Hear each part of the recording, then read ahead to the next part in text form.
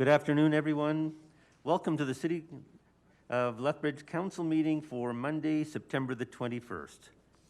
I'm going to begin with the acknowledgement statement. The City of Lethbridge acknowledges that we are gathered on the lands of the Blackfoot people of the Canadian Plains and pays respect to the Blackfoot people past, present, and future, while recognizing and respecting their cultural heritage, beliefs, and relationships to the land. The City of Lethbridge is also home to the Métis Nation of Alberta, Region 3. And I think next we'll have a roll call, please. Thank you, Mayor Spearman. Councillor Campbell. Here. Councillor Carlson. Here.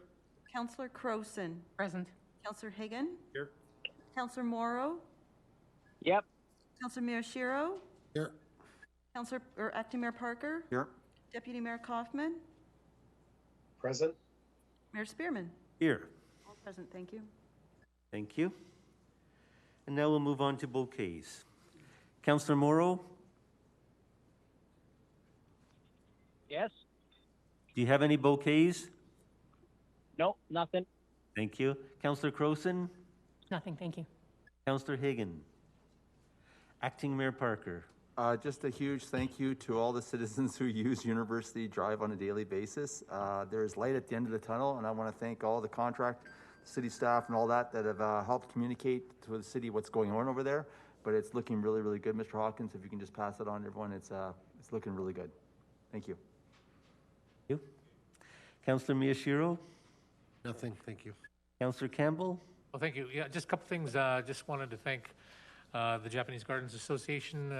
You probably talked about this as well, Your Worship, the Golden Maple reception that took place. And a big thank you to Darcy Tomiosi, who presented a bit of a history on the relationship between Lethbridge and people of Okinawa, which is very informative and a great part of history.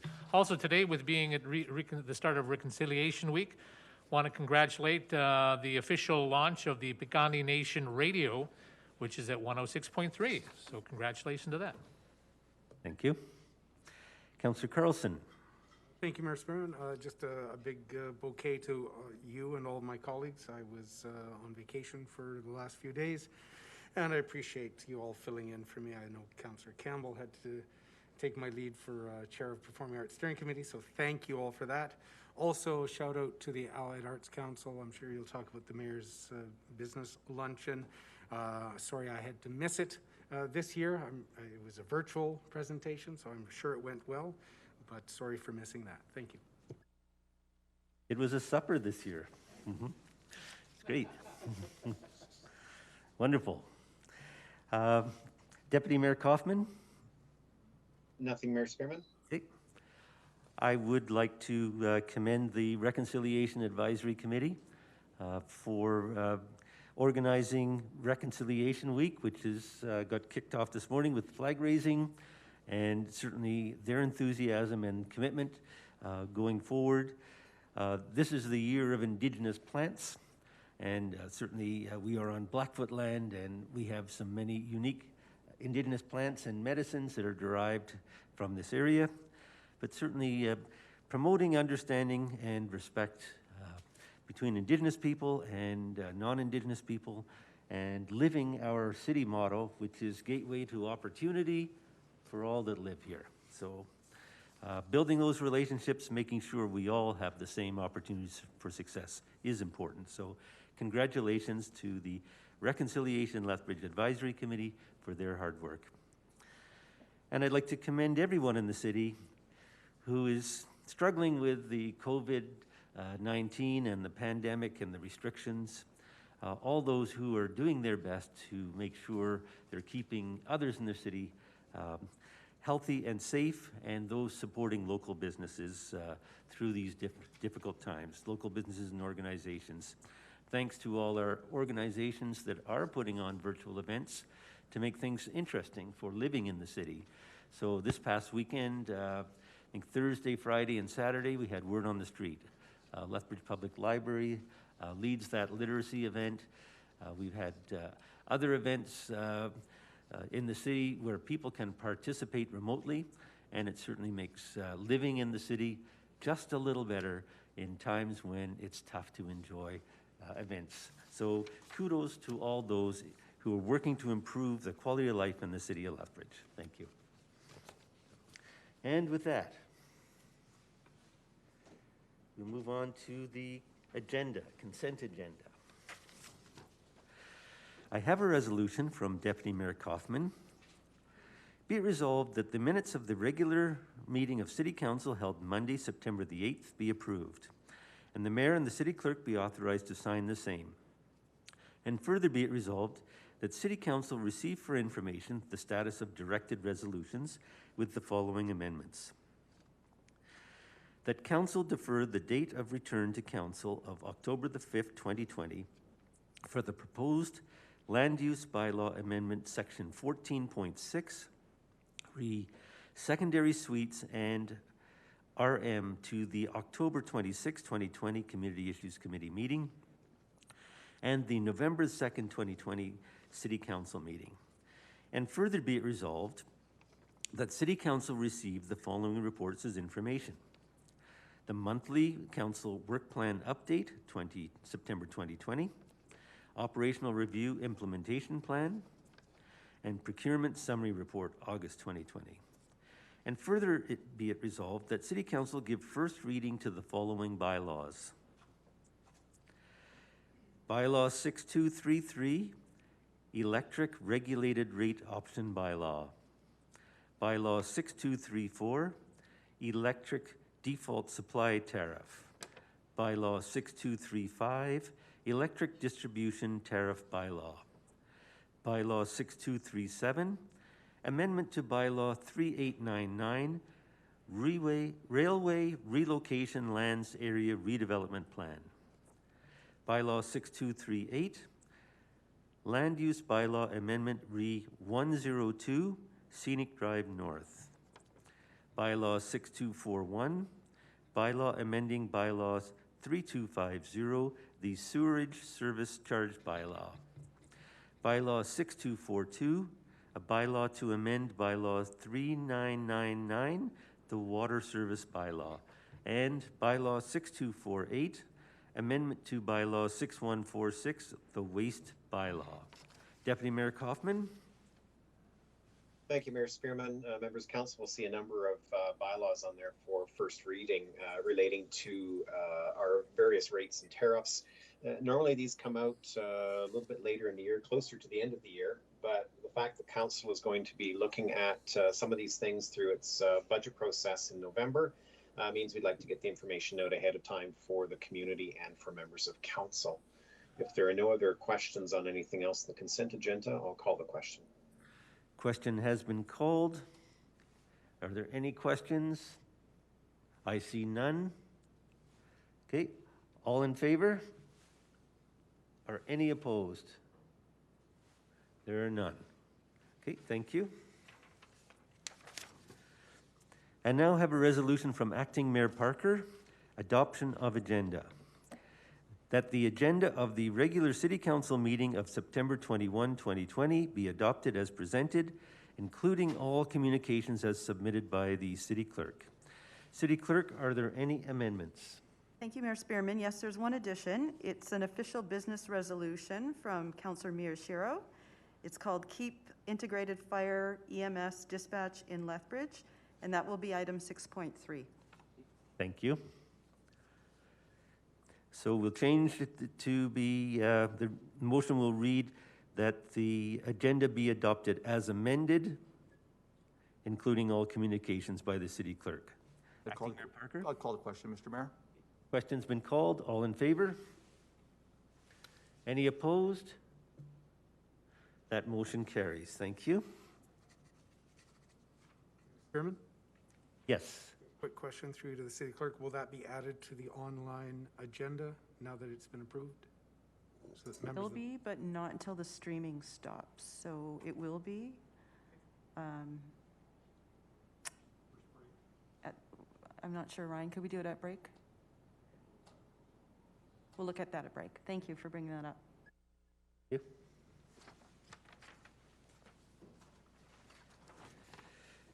Okay, we're now going to move on to presentations. 4.1 And I'm going to ask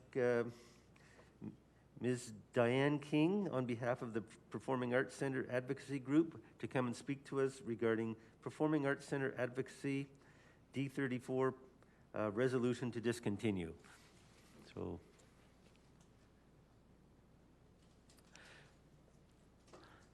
welcome, Ms. King and Ms. Lighty. Thank you. Good afternoon, and thank you so much, Your Worship, members of council, administration, and audience. We are here today to celebrate our shared dream of a new performing arts centre to grow the arts in Lethbridge. Oki, good afternoon. My name is Diane King, and with me is Don Lighty. We are presenting to you today as members of the Performing Arts Centre Advocacy Group. PACAG is an advocacy group supported by the Allied Arts Council, and members of both our organizations are with us today and listed on the first slide, listed there for you. And I just want to take a moment to thank the many people that have served over the years for their passion and dedication to the building of a new performing arts centre to grow the arts in Lethbridge. Next slide, please. Slide 3.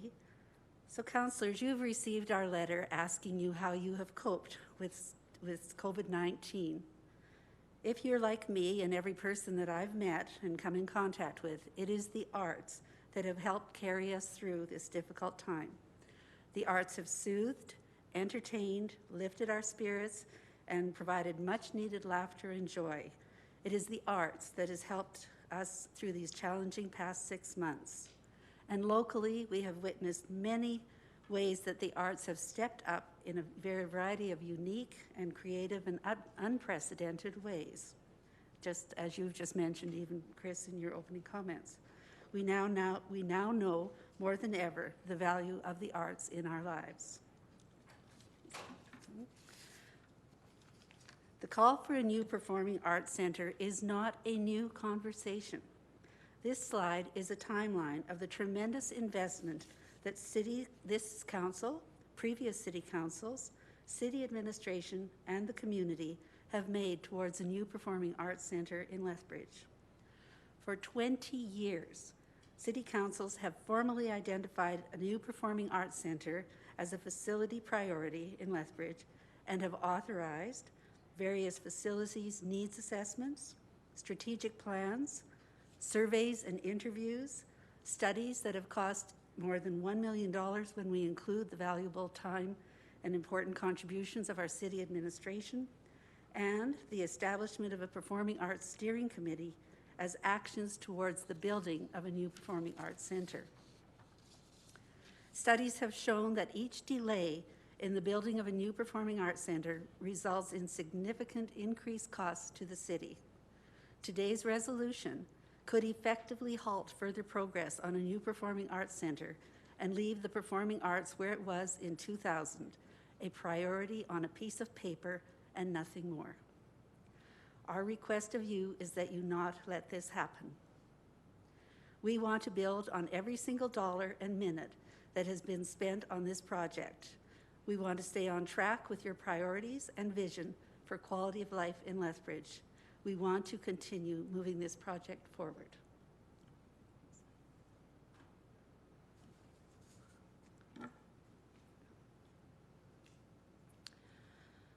This slide speaks briefly to the economic and community impact that a new performing arts centre would have in Lethbridge. The slides contain links to arts as an economic sector and the contributions that we contribute to the provincial, the federal, and local economies. Those are significant contributions, as you can see. The ongoing economic spin-offs after the completion of the project would see event patrons supporting local establishments in our own community outside of their own ticket purchases. Anecdotal surveys in previous years at events indicate that attendees purchase an additional $100 or spend an additional $100 when they're attending the local events. And you can see there that there's a Statistics Canada total multiplier effect for performing arts in Alberta at 2.09. In addition, the Performing Arts Centre would attract both touring groups and audiences from away to come to Lethbridge, supporting our local economy.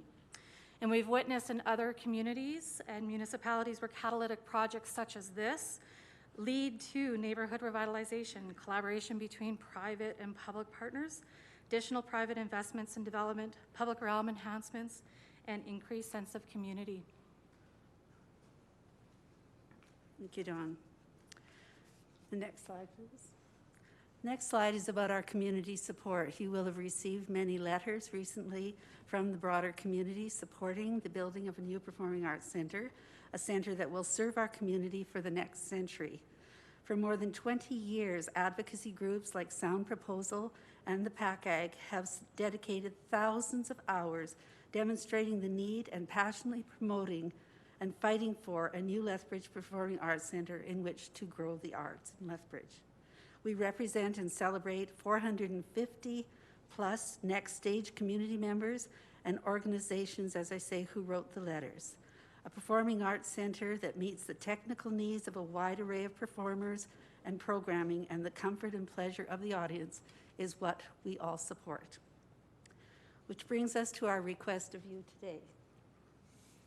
We ask that Council defeat the resolution to discontinue the project, that you invest committed dollars in appropriate next steps, that you continue moving this shovel-worthy project forward to shovel-ready in order to grow the arts in Lethbridge for performers and audiences, and authorize the Performing Arts Committee, the Performing Arts Center Steering Committee to continue working on this project.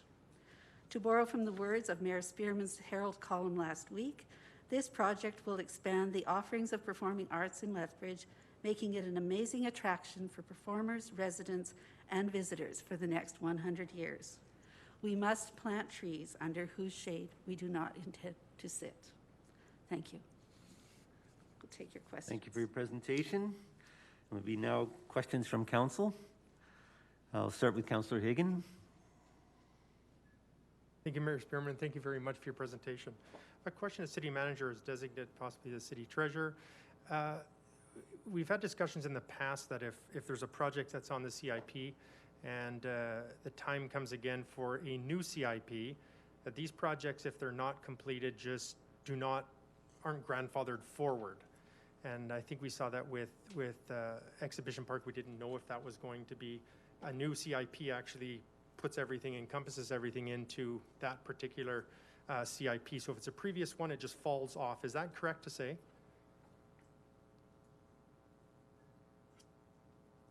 I'm sorry, Councillor Higgin, I'm not quite sure I understand your question. A new CIP, when a new CIP comes out, anything from a previous CIP is, if it's not completed, does not move forward. It's not grandfathered into the next CIP. Is that not correct? So the CIP process is a 10-year CIP with the first 4 years approved. If there's anything outside that 4-year window, that is considered earmarked and not approved. And if the project was something that was seen as a need, it would be brought forward in the next CIP. Is that what you're asking me? And that's good. And a second question, if I could. If a project, as what we've been presented here today, stays on the current CIP, is there costs involved just to have it as earmarked going forward? Or is that dependent on what happens in the CIP in the fall when we start those discussions? So currently, if it's outside of the 4-year window, that would then just be brought forward for reconsideration in the next CIP. Okay. No, that's perfect. That answers my question. Thank you.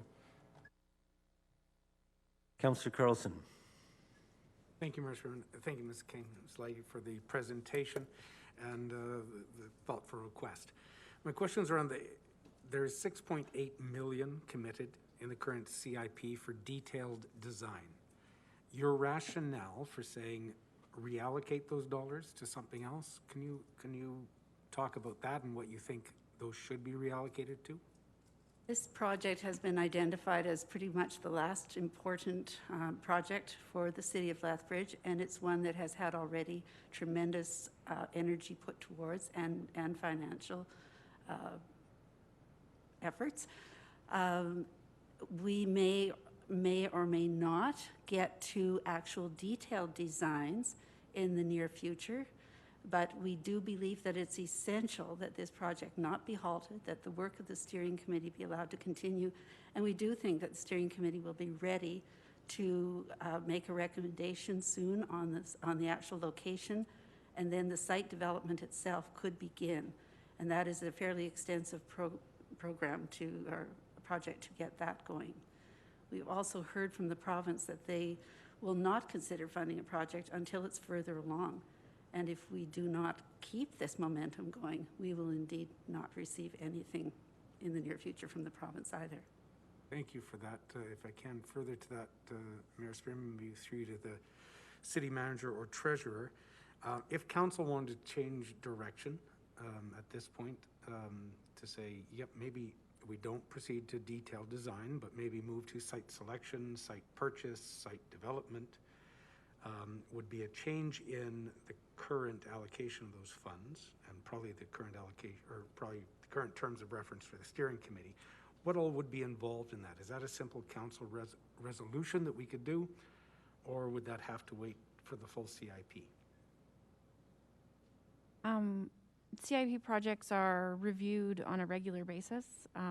There's been plenty of individual projects that have been brought forward.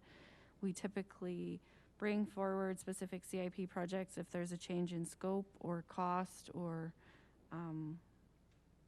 potentially timing if it was deferred outside of the 4-year window. So that would just require this project to be brought forward in terms of an update in council approval if there was a change in scope. Not an insurmountable ask to just say, if council felt this was a good idea to not maybe proceed to detailed design, but maybe proceed with site selection, site purchase, site development, that could be accomplished fairly quickly and easily? Yes, I believe so. Just given the funding type, we just need to make sure whatever that proposed change looked like, it would be eligible under this grant funding. But other than that, I think that could be done fairly easily, yes. Thank you. And then for clarity, then this was funded under MSI? That's correct, yep. So we would have to just check with the province to make sure that they're still okay with us using these dollars for those activities. Just when you reference land purchases, I just have to double check that that's eligible under MSI. I'm not sure, so. Okay, thank you. Thank you, Mayor Spearman. Okay, thank you. Last week, there was a presentation at the CIC meeting on the type of project to be built. There were 2 options, one a scaled-down version and one the traditional version. To clarify, the format that you're asking for is the traditional version that you've been asking for. That was the original design all along. Is that correct? That is correct. Okay. And the estimated cost of that traditional project is going to be Within the range of $100 million. $100 million. So if council goes ahead and spends the 6.5 million, now I think what you're saying is you'd back away from detailed design and put that into some site development and some other things? Yes, we have checked with city administration, and I'm sure they could speak to this better than I, but they believe from the information that the consultants have given us, there is sufficient information for us to advance with preliminary design requirements for going ahead with site development. So there is already that level of information. We were also informed that the money for site development was actually built into the construction cost and not into the design dollars. And so the design or the development dollars are available within the construction amount. So the challenges of the $100 million, how much is the city expected to contribute in total? Don't have that information. I don't have that information. Related to Well, that, Historically, would it be a third normally between the federal, provincial, and municipal governments?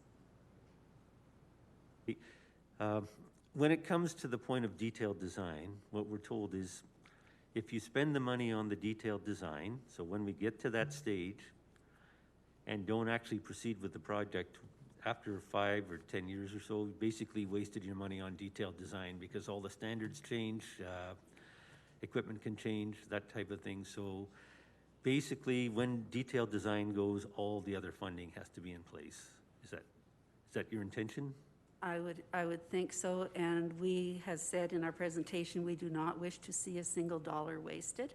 And so we believe we are not in a position right now for the detailed design, just because of not knowing for sure when the funding would be available, but that we could certainly move forward with the preliminary information that we have, that you as a council could make that decision to move forward.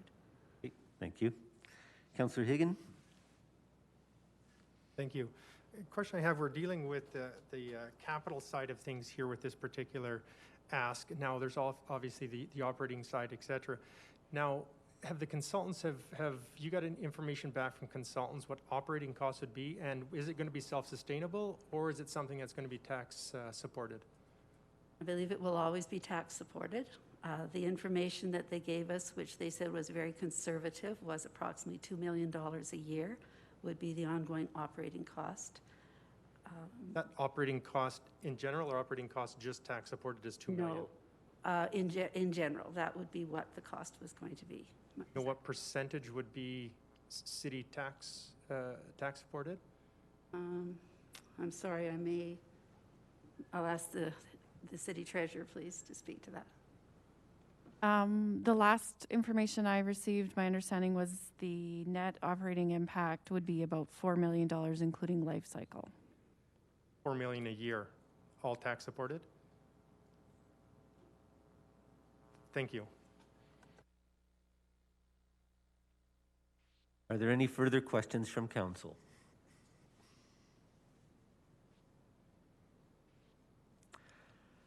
I see none, so we will deal with this resolution, which is from Councillor Carlson. Ask our presenters to take a seat in the audience. Performing Arts Centre Advisory Group Letter. Be it resolved that City Council receive this presentation as information, and further be it resolved that Diane King and Don Lighty be thanked for their presentation. Councillor Carlson. Thank you, Mayor Spearman. I do appreciate the work of Ms. King, Ms. Lighty, and all of the members of the PAC-AG and AAC for the work they've done on this. This is just a notice to receive and file, but I appreciate it coming in as we're discussing an official business resolution to discontinue this project. I think it's information that council will appreciate and will take into account as we move forward. I did enjoy the slide about City Council's vision, dedication, and commitment. I have been involved through all of those steps. I remember, I think it was the ART, Arts Rebuilding Together, when we first started really bringing this to the forefront. And yes, it's been 20 years. You can tell by my receding hairline and gray hair that I've been working on this. So I do appreciate it. I appreciate you bringing some thoughtfulness to this discussion and some creative ways to maybe move forward in a different direction, but to keep the project alive. So thank you so much. And unless there's further debate? Okay. Vote? I see none. It's a motion basically to receive and file. So all in favor? Are there any opposed? There are none. I'm going to recommend to City Council that we now deal with the resolution, the OBR. Unless there's any objections, we would move to 6.1, D34 Performing Arts Center. Okay, I'm going to ask the acting mayor to read the resolution because I'm the mover. Yeah.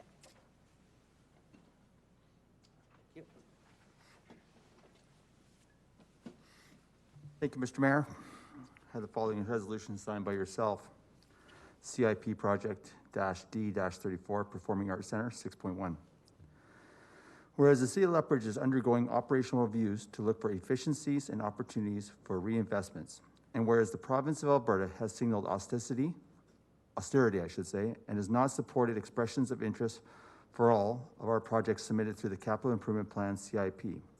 And whereas Council is responsible for the prioritization of projects that support the strategic priorities of our community. Therefore, be resolved that once the study is completed and presented to council, the following project be discontinued from the current capital improvement plan for the current 4-year cycle, 2018 to 2021.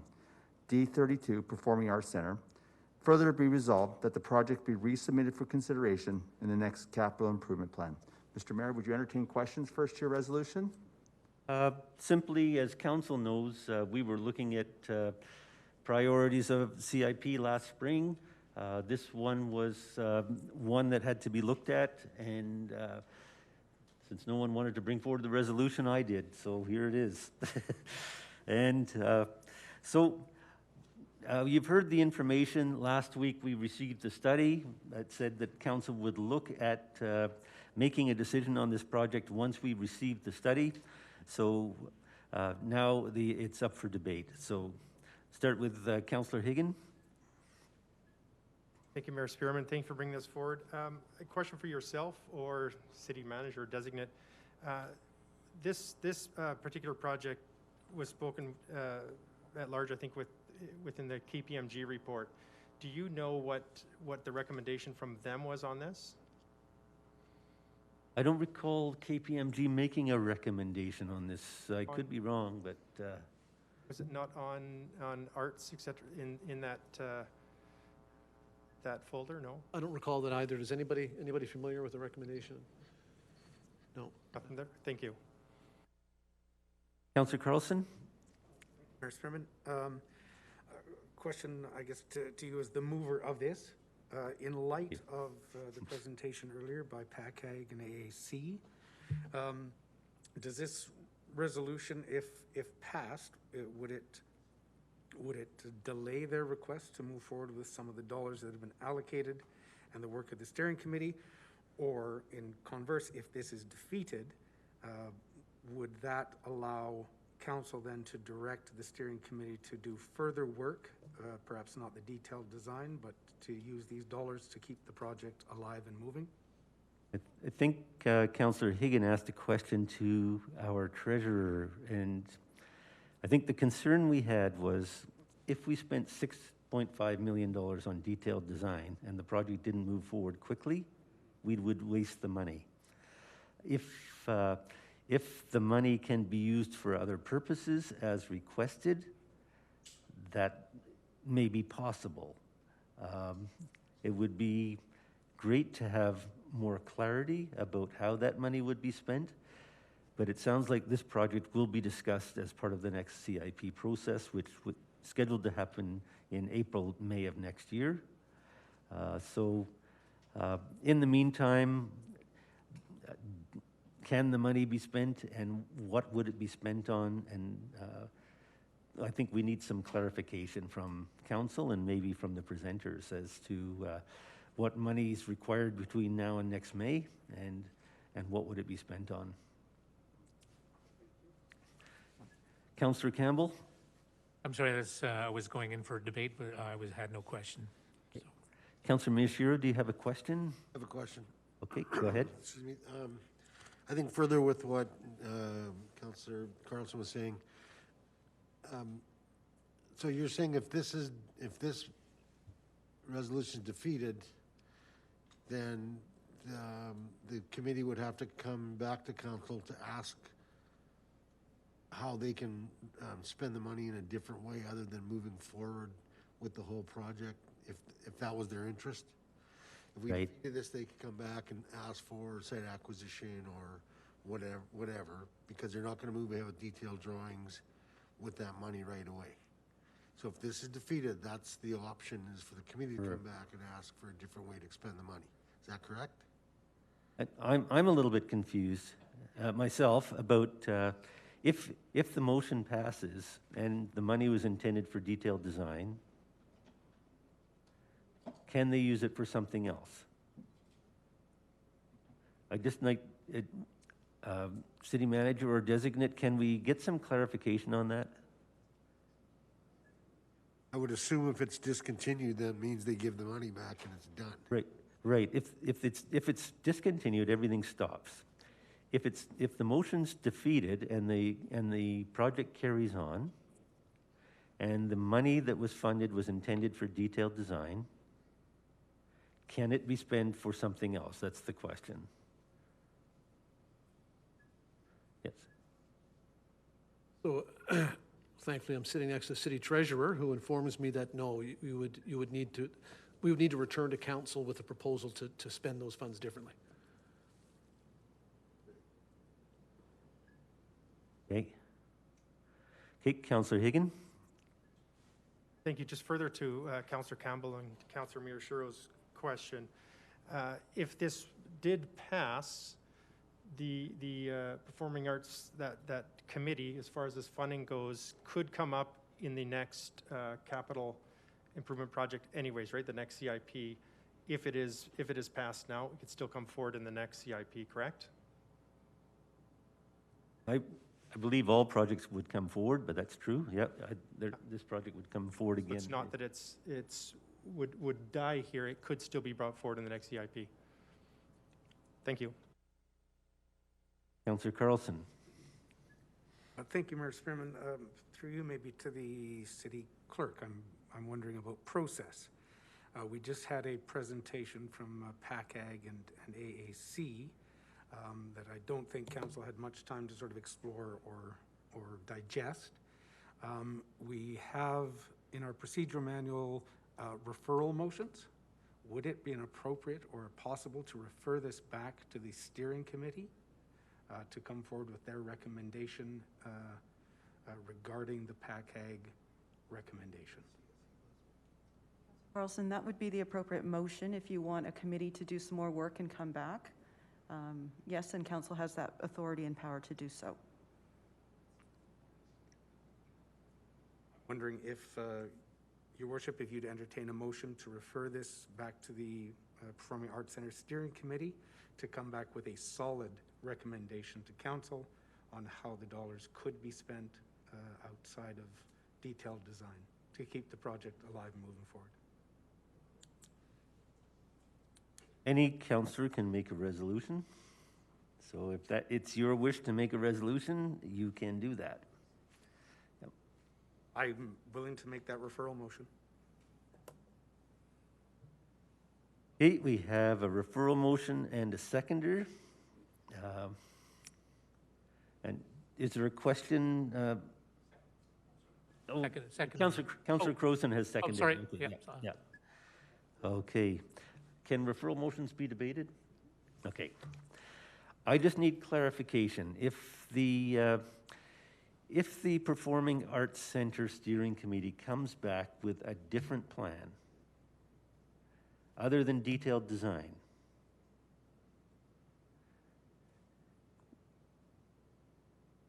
is council going to consider that, or will they consider it a change? And I'm thinking of the precedent that we set with SAG. Pardon me, would you like to? Sorry, my response was, we won't know until we see what we see, how much Okay. of a change it is, right? Like, I can't make a decision on something I haven't seen. Okay, I think we're getting a clear signal we won't be seeing detailed design. Okay. So, Hey, Your Worship, if I can maybe provide the clarity, my intent with this is to refer it back to the committee to do some work exploring what the possibilities are. I think it's plain that we're not ready to move forward to detailed design at this moment, given the economic climate, and no one wants to throw dollars away. But there may be steps we can take, and knock on wood, cheaper steps we can take to keep the project moving forward for when funds become available.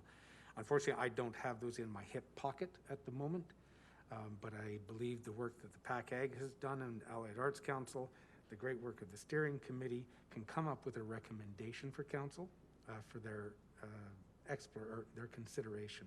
And I think it would be at that time that council would look at it and say, you know, we're still not willing to move forward with this, no, or, yep, this makes a lot of sense, let's move forward in this direction rather than that direction. That's my intent. thank you.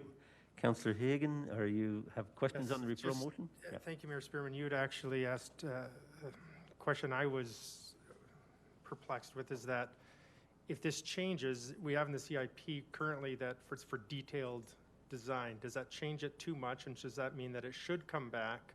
Because even if we get a response back from the Performing Arts Steering Committee, it's not going to be, as you indicated, from anything I've heard, that it's going to be detailed drawings. So of course, if that comes back, are we changing, we would have to have a motion to change the CIP from what I understand, and going forward, is that correct? That would be the intent, is to amend the CIP with the new recommendation.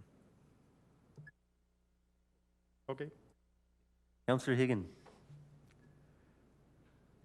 Or sorry, Councillor Miyashiro. I get you guys mixed up, sorry. I have more hair. And I'm sitting on this side, and just saying. So I guess the question I have is that, are we doing this in the wrong order? So if Council Carlson says, let's ask the committee to make a whole bunch of recommendations, and they come back with a bunch of recommendations, and Council, we don't like any of them, and we don't want to fund it. Wouldn't it make more sense for us to say, yeah, we want to move ahead or not? And if we want to move ahead, then say to them, if you don't want to do your plans now, detailed plans and shovel-ready plans, then tell us what you want. Because it kind of concerns me that we would ask them to go back and do a bunch of work and use more time and use more effort, and then come back and we don't like anything they bring back. And then we vote we don't like that stuff and we don't want to fund them. So wouldn't it make more sense, vote whether we want to fund them moving ahead, and then if they want to come back to us and tell us what they want to spend the money on, that's a whole different thing. It's quite, I don't know who wants to answer that question, but that's my question. As the mover of the referral motion, I'll make an attempt. I see it similar yet different, Councillor Miyashiro. I think this is giving the PACAG and the AAC and the steering committee an opportunity to actually put something concrete in front of council. Right now, the only thing in front of council is either kill it or proceed to detailed design. Those are the binary options. And I don't think anyone thinks that's a great move right now. And so my thought was to kick it back to committee and come forward with some concrete option, and then it's in the purvey of council to say, yep, we agree with that, or we don't kill it or move forward. That is my thought, and hopefully that can be done rather speedily so that this doesn't drag on. Councillor Higgin. Yes, question for Councillor Carlson. So the time to bring this forward, so it could have been today, you're saying there wasn't enough time in the past few months to get together with a possible other recommendation, and that the detailed design, when did that kind of drop off? And if it's something that those discussions have happened since that dropped off, if there's not, why wouldn't there be something in front of us now? I think the issue there, if I can speak to it, is the committee has been very busy completing the work that council asked, getting the detailed study in front of council for the several options. Once that was in place, the committee did sort of stop to make sure that was in front of council. I think last week I've been away, so the committee hasn't met. The PACAG, in my absence, has come up with what I think are some creative thoughts and ideas that I would like to send back to the committee to actually discuss and bring in front of council. So if you want to blame someone, my holiday. No, I didn't know that it was only a week ago that they decided to stop with the design drawings, and so that's what my question was. So thank you. Councillor Crowson, did you have a question? Okay, thank you. There are no further questions in the... Mr. Mayor, it's Joe. I have some questions. Okay, go ahead. If I may, with your permission, I know we're now discussing or asking questions on the referral motion, but can I just back this up a bit and ask a question on your original motion? Well, can we deal with the referral motion first, or is it relevant to your decision? Well, it is relevant to my decision. Okay, go ahead. Maybe I'm a little confused here. So we have this already in our current CIP from 2018 to 2021. Why is this resolution even in front of us today? What prompted the resolution where we discontinue this from the CIP. And the reason I'm asking that is, number one, shouldn't this be a discussion for CIP? Okay, so if you recall, back about last November, there was a recommendation that we review our CIP commitments. And so we began looking at them one at a time. And we looked at Nikiyuko and we decided that one would go ahead. And we looked at SAG and we said that project had changed. It wouldn't go ahead. It would have to be referred back to the CIP. And this was a third one that was identified. I think there were 4 projects in total. But the Performing Arts Center was one of the 4 where I'm we... sorry, sorry to interrupt. Are you sure that that this one was one of the 4? Because I don't recall it as being one of the 4. Can we get clarity on that?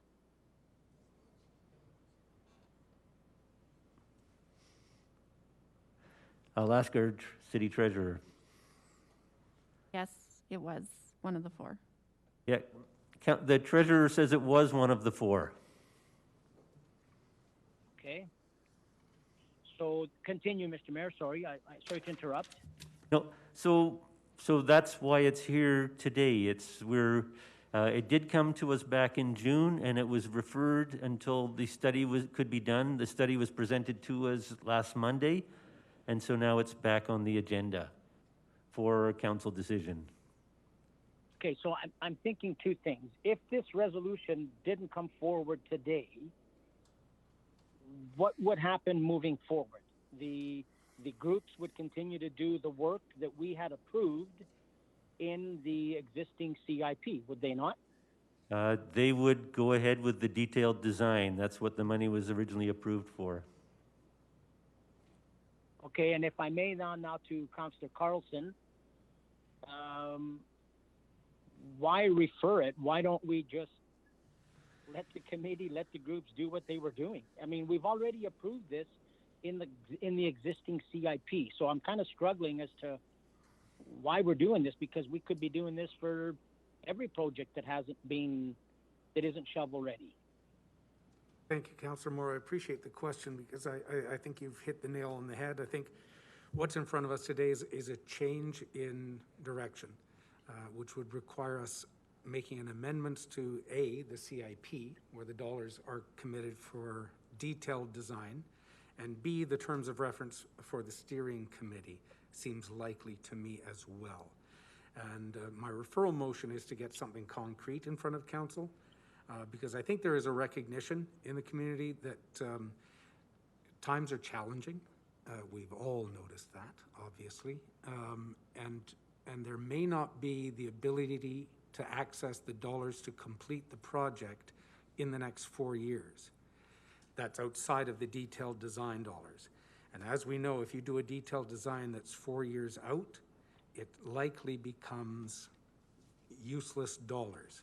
And I think the committee and the PACAG and AAC are showing great forethought in saying, we don't think we should throw this money away, but we think there's better uses for these dollars to keep the project moving forward and to give us the opportunity to ensure that we can access those dollars in future, and we will be more and more ready.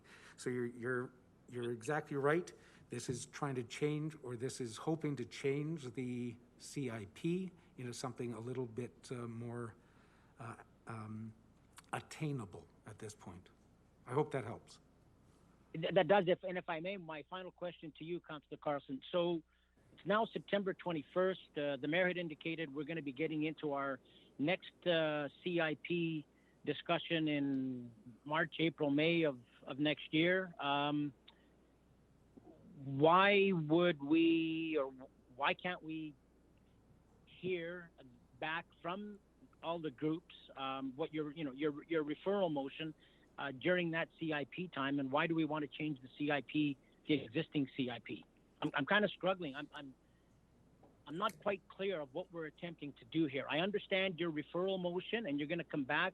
The group will come back with all kinds of different information. Sounds to me, unless I misunderstood, is that obviously they want to take that money and use something else because as we've heard, they don't want to waste, and I appreciate that.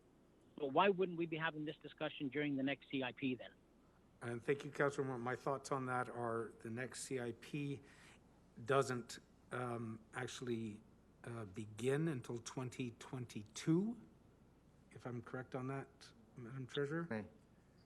Sorry. No, the next CIP dollars don't get allocated until 2022. The intent is that it's only 2020 right now.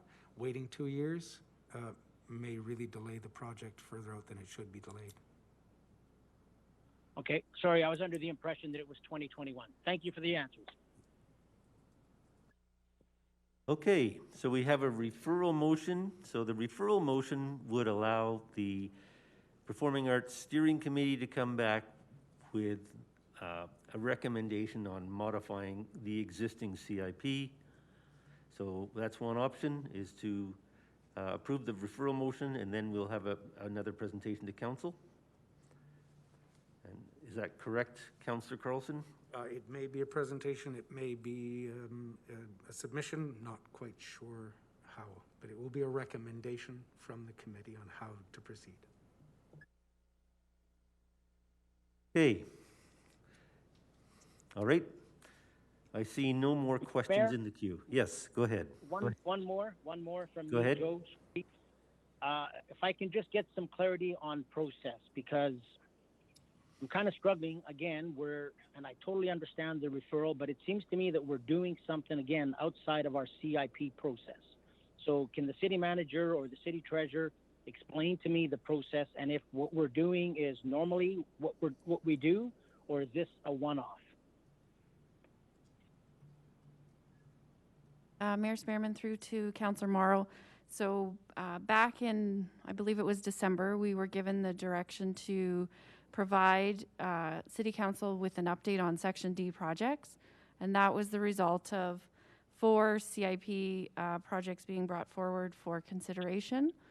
So this resolution is the 4th project that is still waiting for a decision to be made on. Individual projects can be reviewed by council at any point, and this is one project that council wanted to consider for reconsideration. So it is outside of our CIP process, but council can consider a project at any time. If it's not currently underway, it's always up for review in terms of council's consideration. Thanks for the answer. Okay, so we have a referral motion. Your Worship, with respect, just I see Mr. Westerson is trying to get a next steps by. So I'm going to, at the risk of getting my committee members mad at me, try and do this as quickly as possible. So I'm going to say no later than November 2nd. I know that's crunch time, but we can call a few meetings between now and then and move along if council decides to move forward with this, if that meets your approval.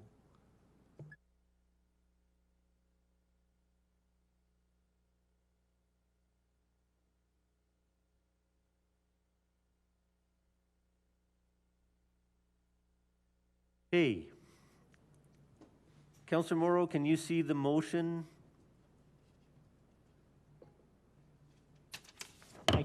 I can't right now, but there's a little bit of a delay, so I'll see it soon. Okay. Thank you. Councillor Kaufman, can you can see the motion as well? No, I cannot, not through Teams. I have to wait for the video to catch up as well online. Okay. I'm not currently logged into that video stream, so I'm sorry, you'll just have to give me a second. Okay.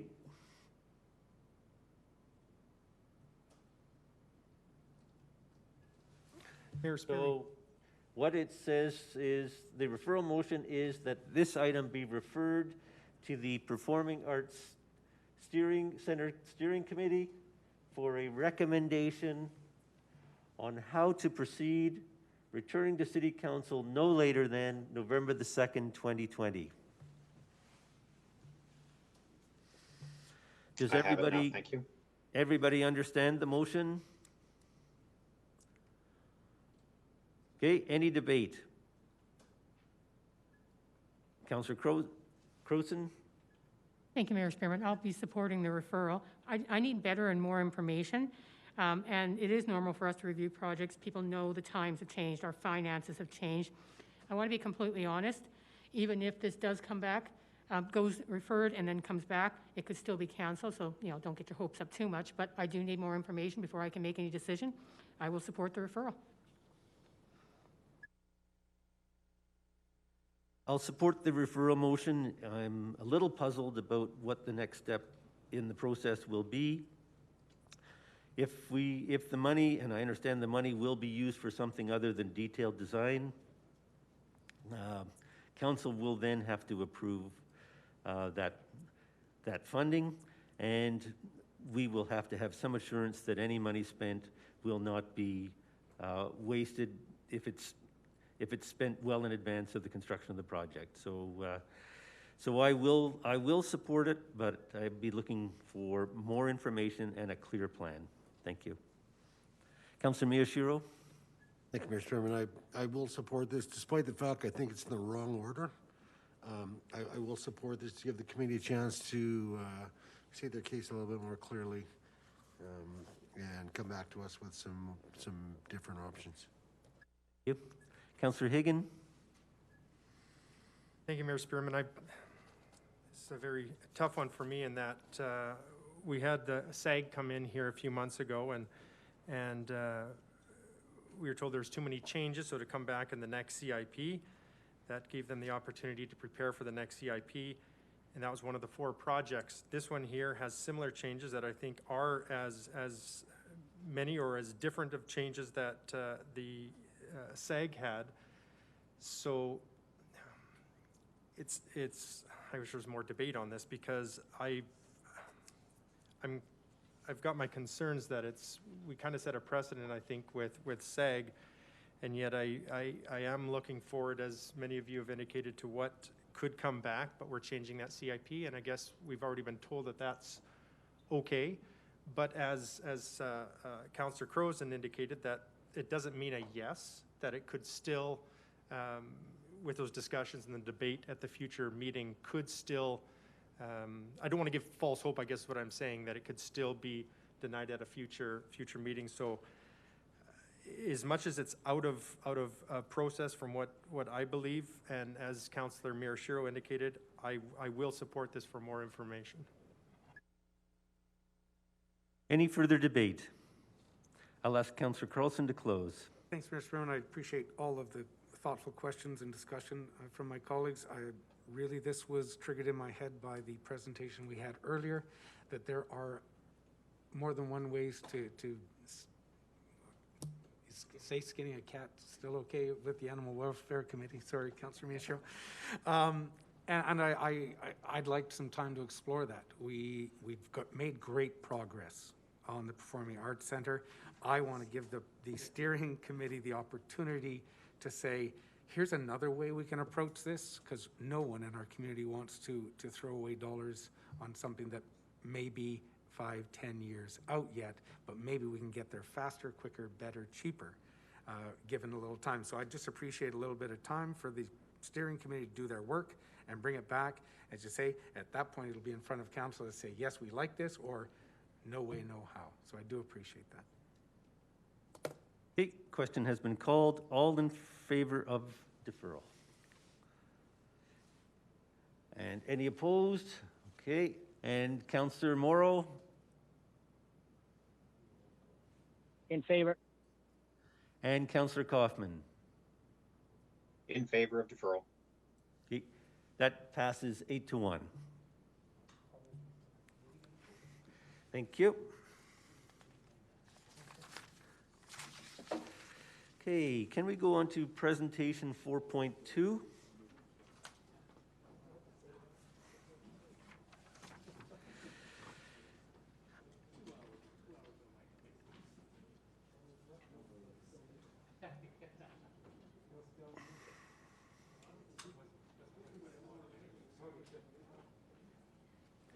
Okay, Dr.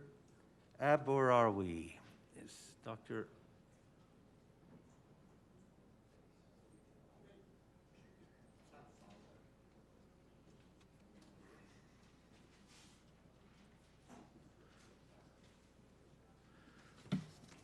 Welcome. Did I get the pronunciation of your name correct? Perfectly, yeah. Thank you. 90%, I would say. 90%.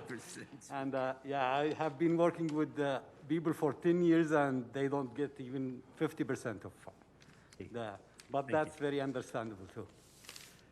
So good afternoon, everyone. The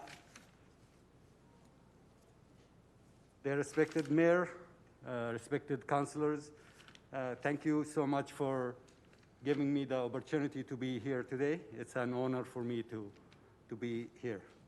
My name is Abdul Basit Aborawi. You can simply call me Abdul.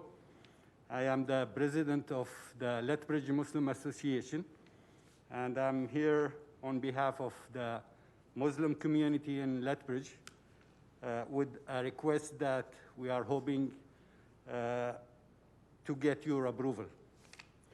And before I present our request, I would like to extend our community appreciation to the mayor, Mr. Chris Spearman, and the councilors and all the administration team with the city of Lethbridge for their support of our community that we have been receiving.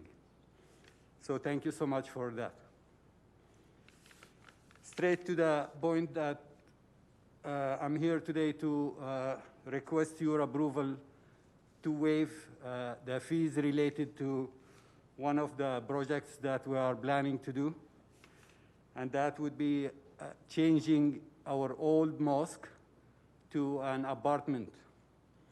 And just to give you some perspective on that, we have our old mosque at the address would be 501 13th Street South. That place is located in a 100% residential area or neighborhood. The place has been closed since we moved to the new center early in 2018. And we are still spending money on that place in terms of utilities and maintenance. So we decided to change that place to an apartment and to use it as an accommodation for our spiritual leader. We called the spiritual leader Imam. By doing that, we will be saving about $1,200 a month that we provide Imam for his accommodation. That will help us to bring down the monthly expenses for both centers, which is about, or not about, average $6,500 to $7,000 a month for both centers. So saving those $1,200 a month will enable us to, as I said, bring the monthly expenses down and maybe run some other programs, simple programs for our community and for the community of Lethbridge in general. We are struggling to make this amount every month. And as you most likely know, that Lethbridge Muslim Association is a non-for-profit organization. All the money that's used for our expenses comes from donations. And with this unfortunate pandemic, we, as everyone else, are struggling financially. The donations had dropped to zero during the shutdown months of March, April, and May. Since we reopened again in June, the donations had improved, but it's still only 20 to 25% of what we need to survive. Therefore, I, respected mayor and respected councilors, I would like to get your approval to waive the fees that's related to rezoning the building and the fees that's needed to get all the permissions to convert that building to an apartment. I have to say here that having an Islamic center is very beneficial to the Muslim community as well as the entire city. And that's for three main reasons. Reason number one will be having an good Islamic center will help us providing a safe place for our community, the Muslims, and especially the youth Muslims, to connect with the center and get the proper information, the proper education, to be protected from all the extreme ideologies that they might face.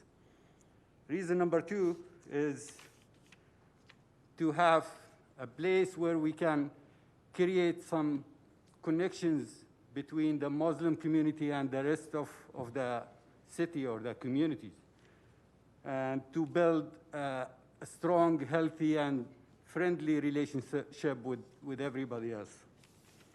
And reason number three would be having a good center, Islamic center, will be an attraction to Muslim professionals from other places to consider relocating to the city of Lethbridge.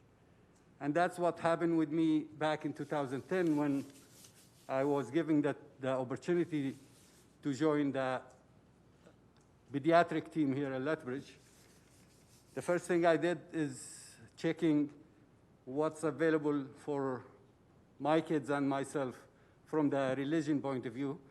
And when I found there is a mosque that I can practice my religion, I was very encouraged to come to Lethbridge without hesitation. Okay, I'm going to ask you to wrap up. Your 5 minutes is up, please. I think I'm at the end, so I just want to take this opportunity as well to thank all the front-line workers, including you, in keeping us safe.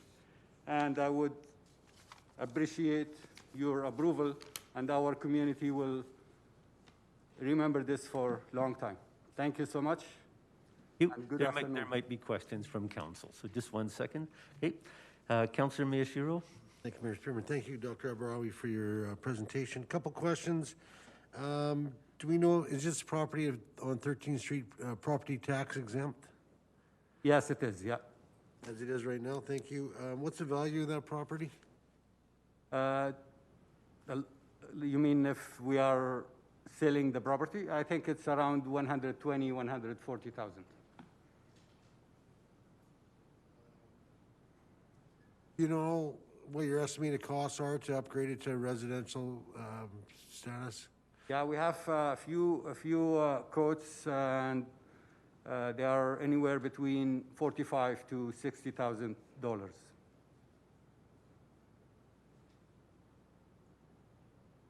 Councillor Croson. That's all. Thank you, Mayor Sturman. Thank you very much for your presentation. Though my questions are for the city manager or designate. What is the cost of what's being asked to be waived here with the rezoning fees, et cetera? Just so we have some dollar figure on the books. Without having the actual drawings themselves, some of the permit fees, in particular on the building permit side, plumbing, electrical, those permits are a little uncertain at this particular point. But what we do know is rezoning is not cheap. It's $5,500. It would also require a development permit. That's $60 in this case. Based on this gentleman's estimate of the renovation costs, you're looking at a base charge of roughly $400 for a building permit, and then probably another $100 or a couple $100 for the various other permits associated with the project. So somewhere in the order of about $6,000 all told is what the ask is that's before council today.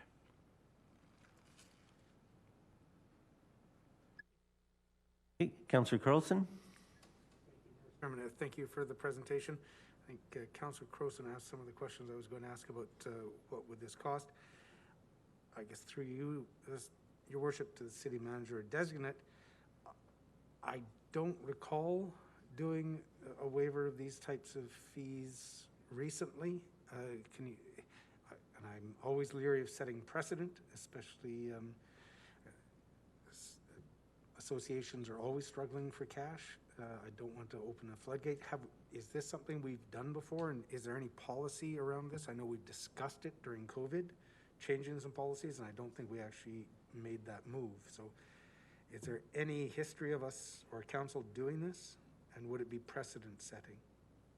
I can answer that question, Councillor Carlson. There is no record of us ever waiving these kinds of fees. These fees have traditionally been seen as the cost of doing business in the community for whether it's residential or business development. So we do not have any kind of policy with respect to this. That's why it's before you today, because we do not, these fees are enshrined by bylaws as well. We have an obligation to the Safety Codes Council in Edmonton as well to actually undertake this kind of work, and to actually a portion of these fees get remitted to the province, to the Provincial Safety Codes Council as well. So we have corporately never waived, in my recollection, and that's well over 20 years here, waived these fees based on these requests. I think it is a slippery slope. This would, in fact, as much as you might want to entertain this request as a one-off. I think it would be very difficult if you do that to fend off similar requests for any number of very good, valid community reasons in the future. Just so you know, the department is struggling with revenue right now, building department, planning and development, just given the economic circumstances that we have. I don't believe it's in our interest corporately to open up that floodgates potentially to any number of other asks for fee waivers. Having said that, if council is inclined to approve this, I would suggest that the costs associated with processing applications, undertaking building, or processing the application, undertaking the inspections and overseeing the work still needs to be covered, and there would have to be, and I would look to the treasurer for some kind of a plug for this $6,000, presumably from council contingency, MRSR, some other source, in order to make the Thank you, Mr. department Evans. whole. I think what you're hearing is went into one of my questions, which was going to be, this isn't just a lost revenue that we could, it's just not money it's actually dollars we outlay. So thank you for that.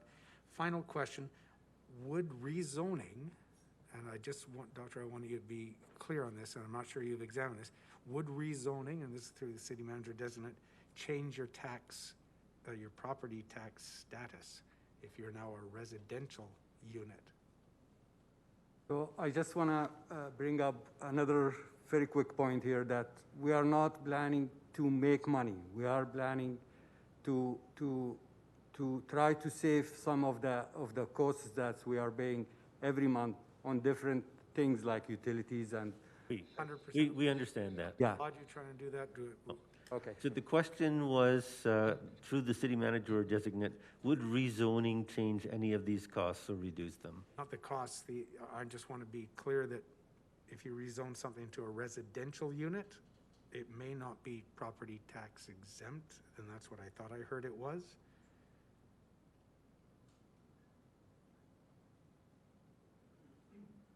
Mayor Spearman through to Councillor Carlson. I'll have to check because I'm not sure on the details in terms of what the proposed change will look at. So I can't answer that question at the moment, sorry. Oh, thank you. I appreciate that. I just wanted to make sure that A good point, yeah, I wasn't getting down aware a of slope that. and then get surprised with a property tax bill. Yeah. Good point. Okay. Councillor Higgin? Very much. Thank you very much for your presentation. A question I have, and through city manager or city manager will probably direct to Mr. Hawkins, but a question for you, Mr. City Manager. If this goes to rezoning,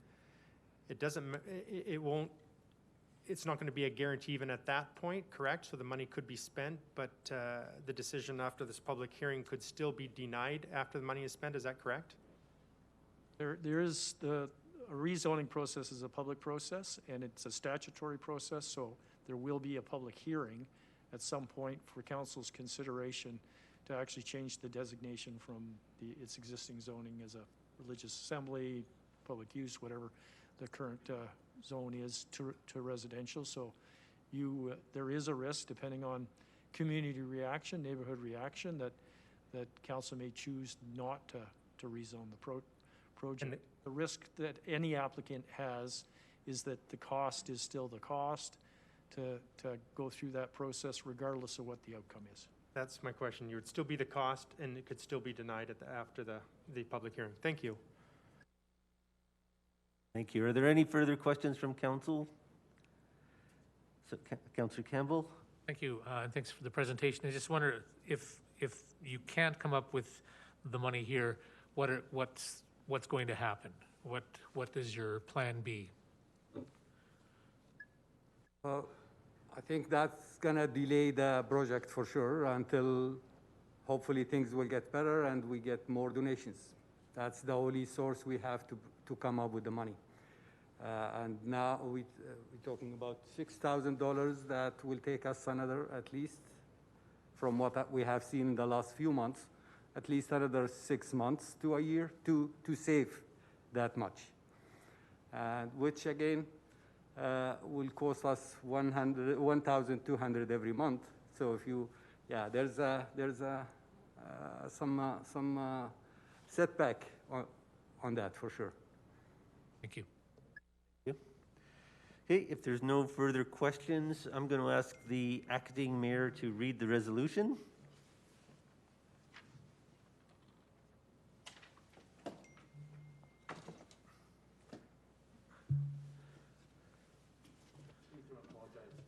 Apologize in advance if I butcher your name, so I apologize, just so you know. I have the following resolutions moved by Mayor Spearman. Request for fee waiver for rezoning development and building permit, 4.2. Be it resolved that City Council receive this presentation as information, and further be resolved that Dr.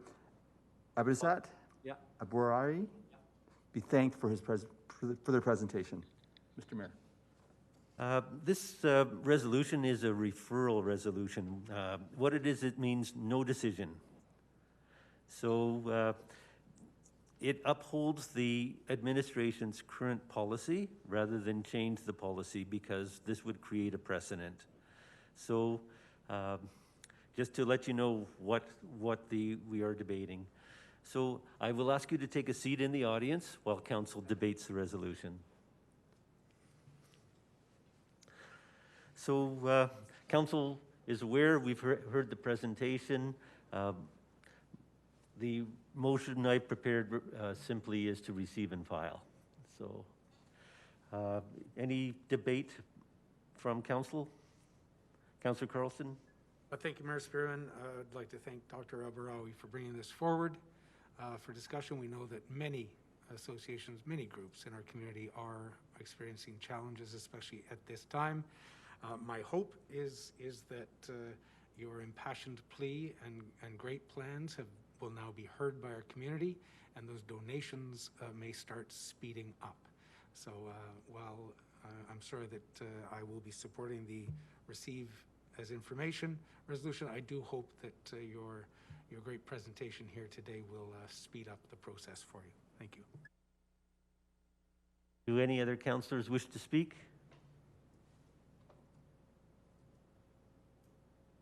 I see none, so I would close, and I share Councillor Carlson's sentiments. Many religious groups are suffering this year as a result of COVID, reduced attendance, reduced donations. We would treat everybody in the same way. So we sympathize with you and we wish you well. We hope that you can raise the funds, and hopefully the delay won't be too long. But at this point, recommendation is to receive and file the request. With that, I'll call the question. All in favor of the resolution? Opposed? Councillor Morrow? In favor. Councillor Kaufman? In favor. Okay, that passes 8-1. Thank you. It's 2:50. We can take a 10-minute break if that's council's wish, and return at 3 o'clock. Yep.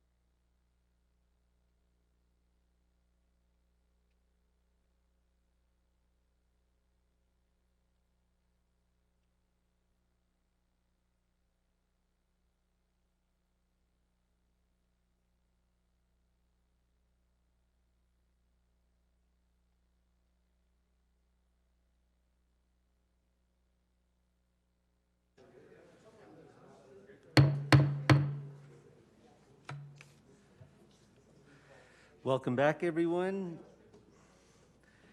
We're now going to move on to our third presentation. I'm going to ask Ms. Maureen Garing, Sheila Graham, Genesis Havia Oreo, and Byron Bazunas to present to us on the Municipal Development Plan Update Results of Community Consultation. Thank you. Welcome.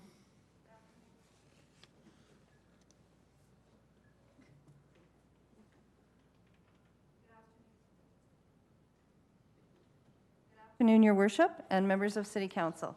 Genesis and myself will be presenting to you. We'd like to start off doing a review of the Municipal Development Plan, the MDP as we like to call it, and where we're at. So in terms of our presentation today, we will talk about progress and recent activities. You'll find in the agenda we do have a rather large report on the engagement activities, the What We Heard report. And as well, we have a draft table of contents to share with you. In terms of our project schedule, we will confirm timelines, and on the horizon talks about what's next. So in terms of progress and recent activities, I will turn it over to Genesis to talk about the engagement that's occurred. Hello, everyone. We'll first begin with the MDP engagement. So the activities listed here are a reflection of the topic-specific engagement we carried out over the past year and a half. This engagement was inspired by City Council's direction to update the MDP, not rewrite it. As well, you identified 2 topics that could be improved in the updated MDP. These topics were relationships, primarily Indigenous relationships, and the local economy. In addition to the Council identified topics, the project team identified new growth in the southeast area of the city, as well as housing as topics that required additional stakeholder public feedback. Aside from the topic-specific engagement, we attended the Get Involved community conversations hosted in 2019, and most recently, we conducted online engagement on the draft policy objectives. The recent online engagement was an adaptation from the previously planned open house that was not able to be carried out because of COVID. The key themes coming out of the engagement include the following. First, the city has economic strengths that can be built on, including our location in Southern Alberta, quality servicing infrastructure in industrial parks, and a strong agricultural sector. Second, the city is on a reconciliation journey, and although there have been successes, there's additional work to do. This work is related to celebrating Indigenous people's cultures, continuing to build relationships, as well as addressing the misconceptions and stereotypes that exist about Indigenous people in our city. In terms of future growth, the airport will play a role in future land use patterns in the south area of the city. We also learned that there's public acceptance for supportive, affordable, and rental housing. However, along with the support, the respondents of the engagement provided insights into some of the considerations the city will have to address as the city adopts policies to integrate these types of housing. Lastly, through the policy objective survey, we learned that the respondents were in general support and provided recommendations on how to better align these objectives to community priorities and aspirations. And now moving to the table of contents, reflecting on what was heard during the engagement, as well as our previous analysis of existing plans and guiding documents, and in consideration of the current MDP, we have developed this draft table of contents. The table of contents uses the current ICSB MDP as a starting point and reorganizes some components in order to create stronger links throughout the plan. One example of those linkages is the link between the vision statement and the outcomes through the use of color. Another example is the implementation section, where we've heard feedback that the community and administration would like to see a connection between policies and the implementation actions. For this reason, this section would incorporate links to the outcomes and policies, which would result in a strong implementation tool, and it would help to understand where progress is being made as a plan is implemented. Now I'll pass it on back to Maureen.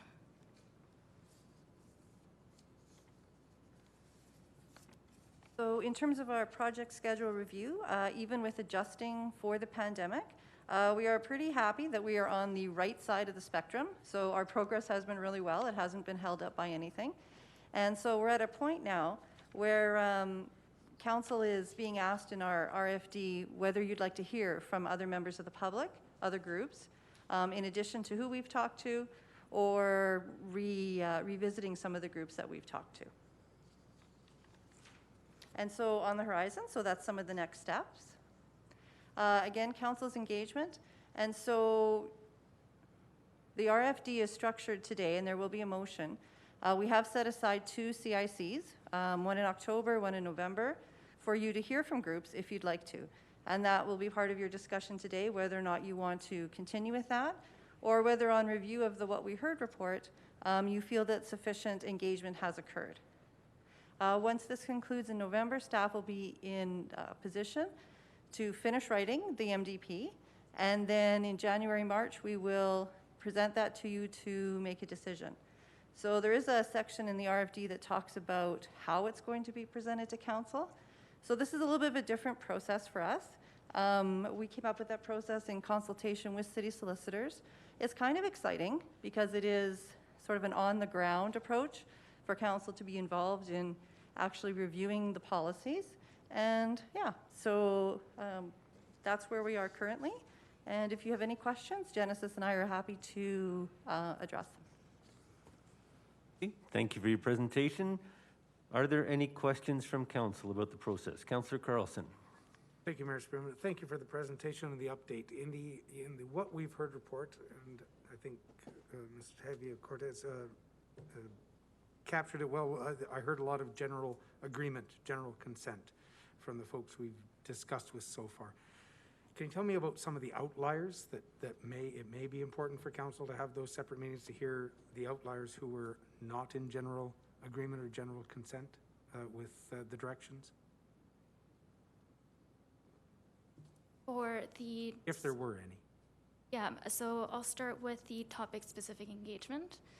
Those meetings were closer to a involved level, which means that we were working more collaboratively with the stakeholders. And so through those meetings, we explained the scope of the project. And so because of that, that sort of played a role in the feedback we received, which for those stakeholder groups, there weren't any outliers. Of course, they're on a spectrum. So people that provided feedback that we should go this far, whereas people said, go further. So that's sort of where the outliers are.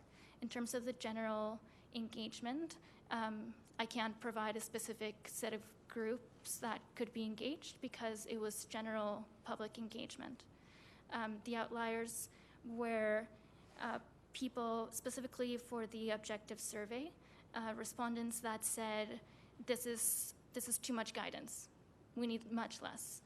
But that was a minority of people. And so those are the outliers for that survey. But again, most people were in agreement, and again on a spectrum, saying go further or go a little farther than that. Thank you. And so the question in front of it, does council want to continue with, and I'm trying to read the very tiny printing, with 2 possibilities for council to have some engagement, and those dates are, again, help me. So that would be CIC meetings, October 26th and November 9th. And Councillor Carlson, further to your point, the engagement that we did around the municipal housing strategy, because of course there were a number of recommendations in there that we needed to follow through with.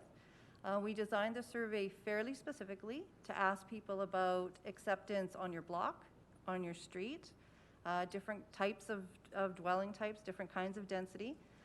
We did receive some good input there. So we were surprised, I think, by the amount of acceptance. However, what you see playing out when we come to rezonings is also still fairly apparent. So that's one of the reasons why we thought that having a discussion on housing and density would probably be a good thing for council to do. It might be a way to sort of rectify the different things that you hear based on a rezoning, like a site-specific basis, or sort of a general ask of the public. So I think it's just sort of one more avenue, I guess, to get the pulse of the community on that issue. Go ahead. Do you have any recommendations? We're going to be in the midst of COVID still at that point. I think, if I recall, the numbers were 500 responded to the housing query. How we're going to have a public hearing or a public input session with that many folks? So I think there's various ways we can design that along with city clerks. So we definitely do have stakeholders in the stakeholder list that we could again send out an invitation to, specifically on that. And then I think just advertising to the general public too, that this would be an opportunity for you to come and speak to council about this issue for your 5 minutes. And again, the CIC might be structured in a way that you give a little bit longer time frame, perhaps. So I know you have started at 10:30 in the morning, and perhaps these 2 meetings would be something you would look at for that. And you think it's your recommendation we do that? You're thinking we may hear something that we're not getting in the what we heard report out of that? Or you just think it's important to hear? I think you may get a little bit more clarity. Yeah. Councillor Miyashiro. Thank you, Mayor Spearman. Thank you very much for presenting this today.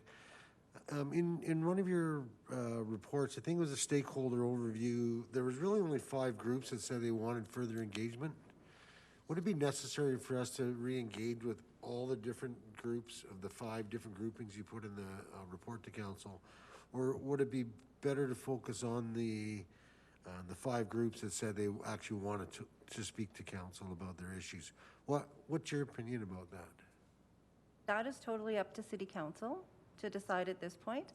I think there may be members of the public that maybe weren't able to contribute to the surveys online, who maybe would like to come to speak to council on a specific topic, but that's, again, just being sort of open for that public process. The groups that we have identified, I think most likely you should hear from them. So I think that plays into what Councillor Carlson just asked about the 500 people that were involved in the housing engagement. However, none of them said they want further engagement with council. That's correct. Yeah. Oh, thank you. Are there any further questions from council? Not, I'll ask our presenters to take a seat in the audience.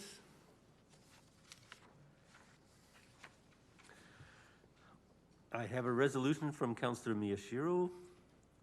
Municipal Development Plan Update, results of the community consultation. Be it resolved that City Council receive this presentation as information. And further be it resolved that the City Clerk organize CIC meetings on October 26th or October 9th on...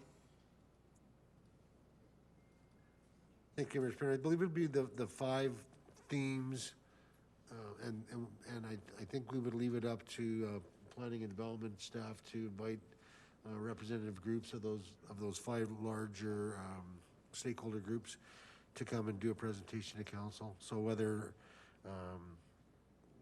because they've already been speaking to some people, they know who is more passionate about this issue, and they know who wants to speak. Like, for example, the housing one, Bill is very involved and wants more contact with council, so they could be one of the ones, but So, I would like to leave it up to the themes, staff. right? Just to clarify so we can get through the resolution, right? Is it on 5 themes?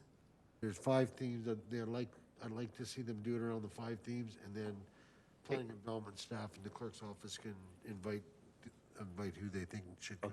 Okay. On 5 themes, and invite the appropriate organizations in consultation with planning and development and the city clerk's office to make presentations as directed by council. Further be resolved that council provide direction on selected themes and topics for additional administrative-led engagement where desired. And further be it resolved that Maureen Gehring, Sheila Graham, Genesis Havia Oreo, and Byron Bazunas be thanked for their presentation. Councillor Miyashiro? Thank you, Mayor Spearman. I think it's important for us to hear from the community and some of our stakeholders in order to develop the MDP. It's a very important document.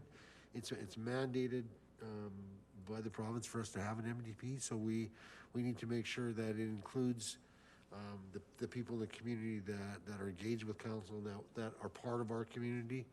I would hope that council would support us hearing from our stakeholders. We have time set aside on those 2 dates. And again, I'd like to thank our planning development staff and Byron too, for the great job they've done pulling this together. Thank you. Deputy Mayor Kaufman.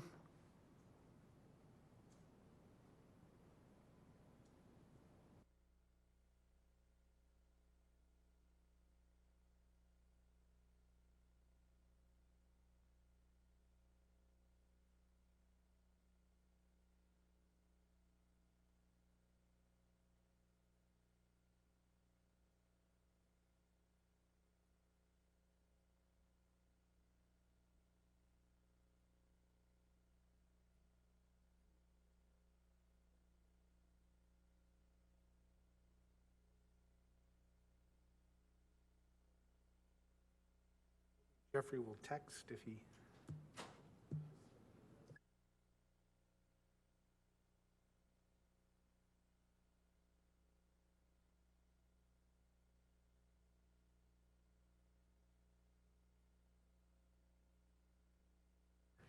Your Worship, if we're experiencing some technical difficulties, perhaps we should do a roll call to make sure that I believe Councillor Morrow is all there as well.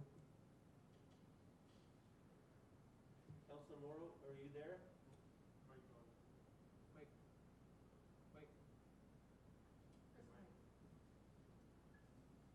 Councillor Morrow, are you there? Deputy Mayor Kaufman?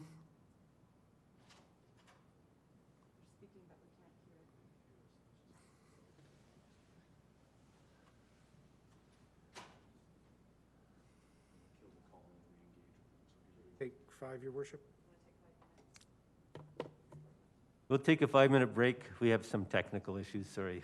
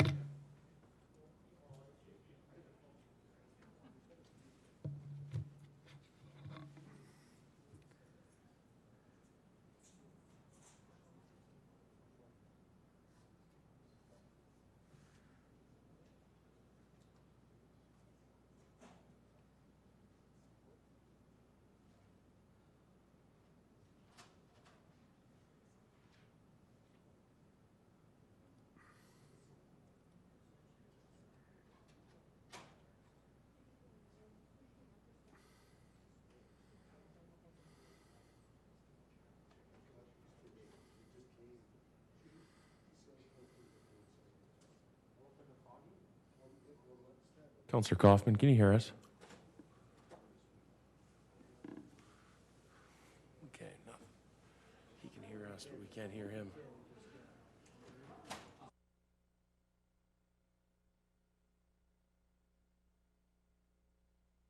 You want to check on Councillor Morrow? He was also trying to speak. Councillor Morrow, are you there? Yes, I am. Okay, thank you. Thank you. Okay, we can resume the meeting.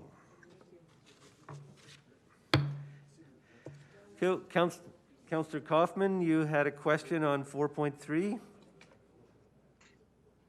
Yes, Mayor Spearman, I did. Thank you. Actually, just a question about the development of the vision statement. We see on page of the draft MDP, actually it's on page 2, I think, about community vision. Just wondering about the process to getting to the point of drafting that, where that starts. Is this just a slight change in the current ICSP MDP vision statement?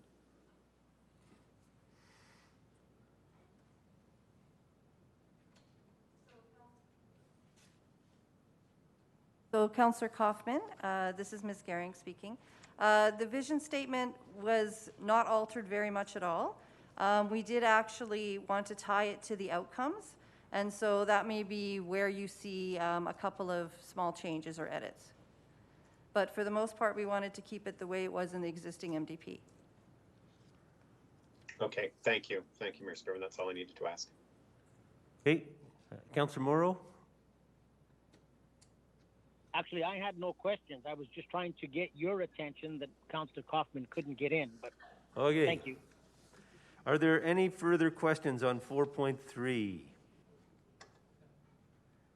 Did everybody understand the resolution? Okay, Councillor Miyashiro.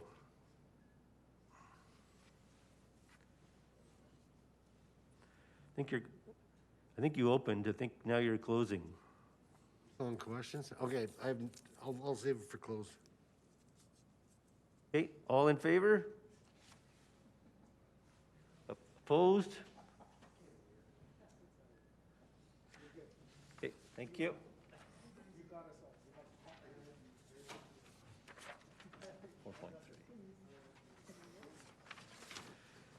Okay, I have a resolution from Councillor Croson, Municipal Housing Strategy, but I believe we have a presentation first from Mr. Martin Thompson.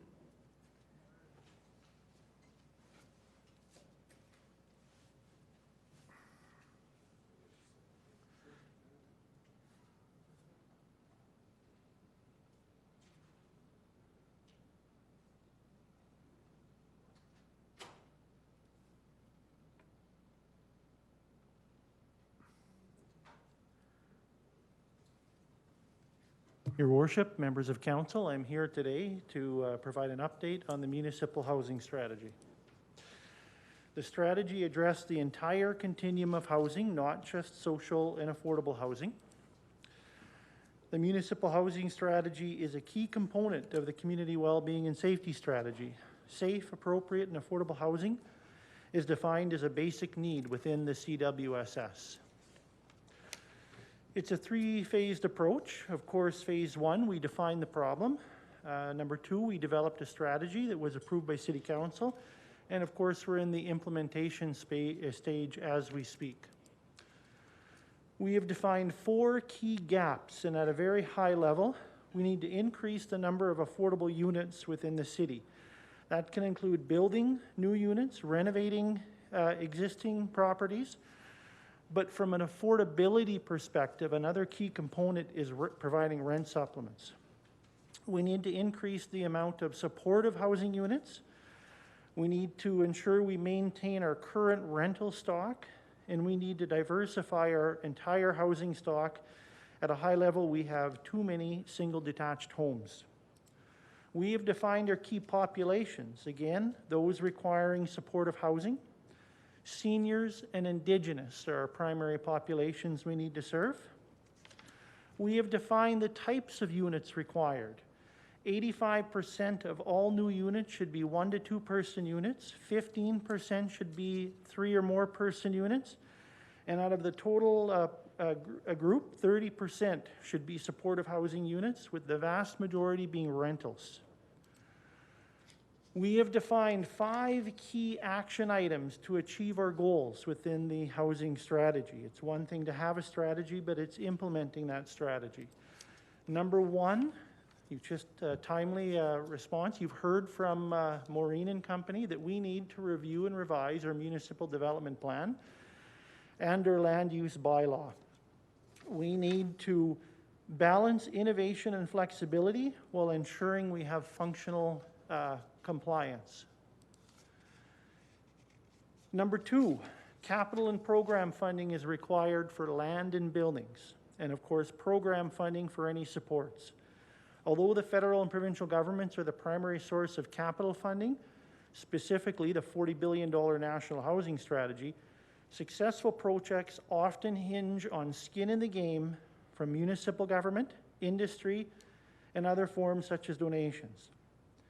From a programming perspective, the vast majority of program funding comes from the provincial and federal governments, with some coming from donations and a small portion from municipal governments. The City of Lethbridge provides a very small amount towards capital and program funding, and I encourage you to consider this during your budget discussions. Education and awareness strategy is required. We need a landlord education strategy, a tenant education program, and of course, a community strategy to educate the general public for NIMBY, not in my backyard. As you just recently heard, the vast majority support social and affordable housing, but when it comes to rezoning, just not near me, and we have to address this. The City of Lethbridge does not own or manage social or affordable housing, unlike many municipalities across Canada.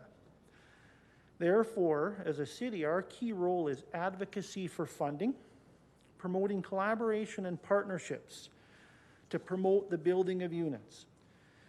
And as administration, we need to minimize administrative barriers, reduce red tape, and take a facilitation role in coordinating projects.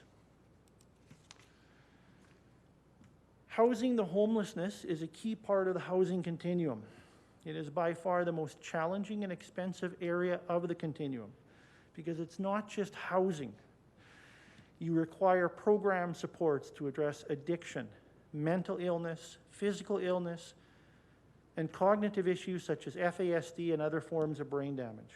In the very near future, I will be presenting 4 key initiatives to address homelessness as part of the community well-being and safety strategy. We have defined our housing targets for the entire continuum, but for the social affordable housing, as defined as being in core need, our current gap is 3,900 units, and we need to add another 840 units by 2025 for a total target of 4,740 units, social and affordable housing units by 2025. So how are we doing? Currently, we have 11 projects in the pipeline, and they are at different stages of progression, from the idea concept stage to some that have been completed. In total, the 11 projects would equate to 460 units or $62 million. And again, in summary, our goal is to achieve 4,740 social affordable housing units by 2025. And key areas where we would need your support, again, is capital and program funding, support in the revision of the municipal development plan and land use bylaw, support and participation in an education awareness campaign. We need to advocate for capital and program funding from other levels of government and promote collaboration and partnerships within our community, and support a revised homelessness strategy. Any questions?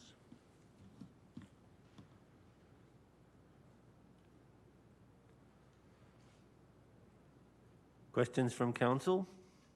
Definitely an urgent need in the city of Lethbridge, and exciting and ambitious program, $62 million.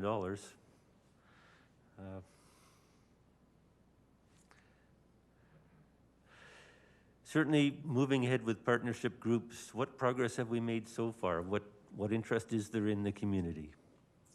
So, you know, ever since we completed the housing strategy, I've seen a complete shift in the community that people want to participate, people want to get involved. We get a tremendous amount of calls from nonprofits, industry, and different groups. But again, because the majority of the dollars come from the federal government through the National Housing Strategy, we've consistently heard that the process on getting those dollars is very, very frustrating. And then, of course, if there's a partnership or funding from the province, you have to kind of connect those dots. And then the city plays, in my opinion, a key role in that concierge kind of partnership building facilitation role. If we truly want to achieve those targets, that's an area I think we need to play a role in, because it's a hard row kind of navigating all of those systems to get at those dollars. Councillor Crowson? Thank you, Mayor Stern. Thank you, Mr. Thompson, for the update. I want to look at your slide on capital and program funding. Just want to delve a little bit deeper into some. I think it's slide 5. You have on the right-hand side, right, things that the city can do, and of course that's where we're always looking on things that we can do. update affordable housing policy and capital grant program, review feasibility of a rent bank, and review feasibility of tax incentive programs. Can you explain a little bit more about what you mean about both the rent bank and the tax incentive programs, what you would like to see there and what the community needs? So the concept of a rent bank program is it takes that concept of rent supplements to a broader level. And, you know, we have a number of different rent supplement programs, you know, from different levels of government. And basically it's a more strategic, integrated approach, and then potentially with more flexibility. So the rent supplement dollars we typically get from the federal and provincial government are quite restricted, and they generally go directly to the housing management bodies.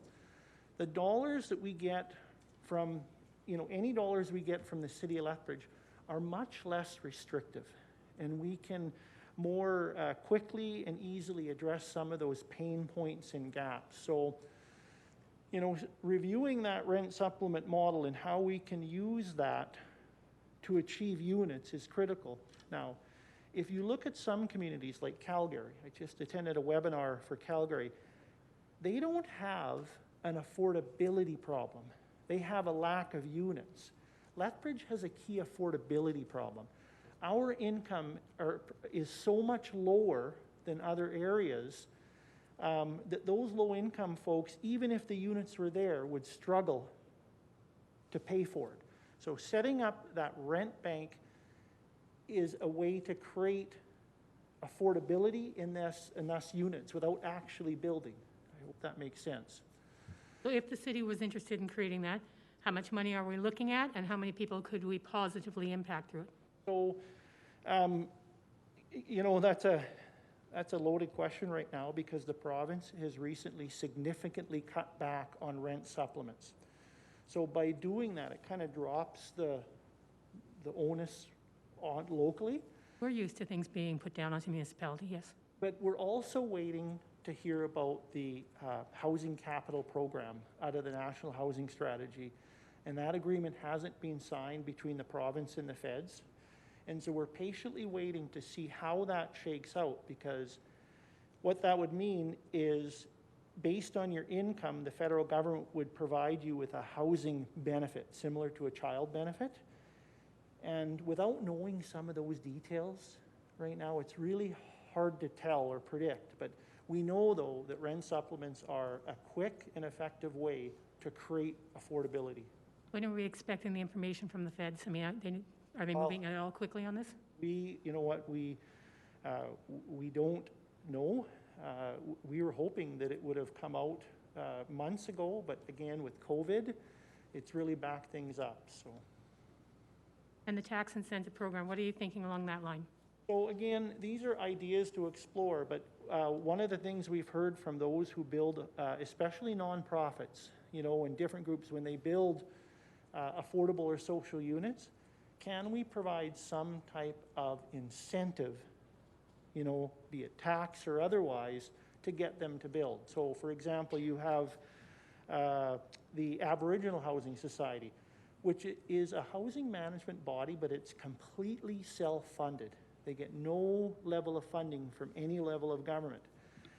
And so, of course, they have to be taxed on their properties. And so any type of tax incentive to promote the building and maintaining of those properties for social and affordable units to housing management bodies and different groups that want to build that. Thank you. Does anyone else have any questions?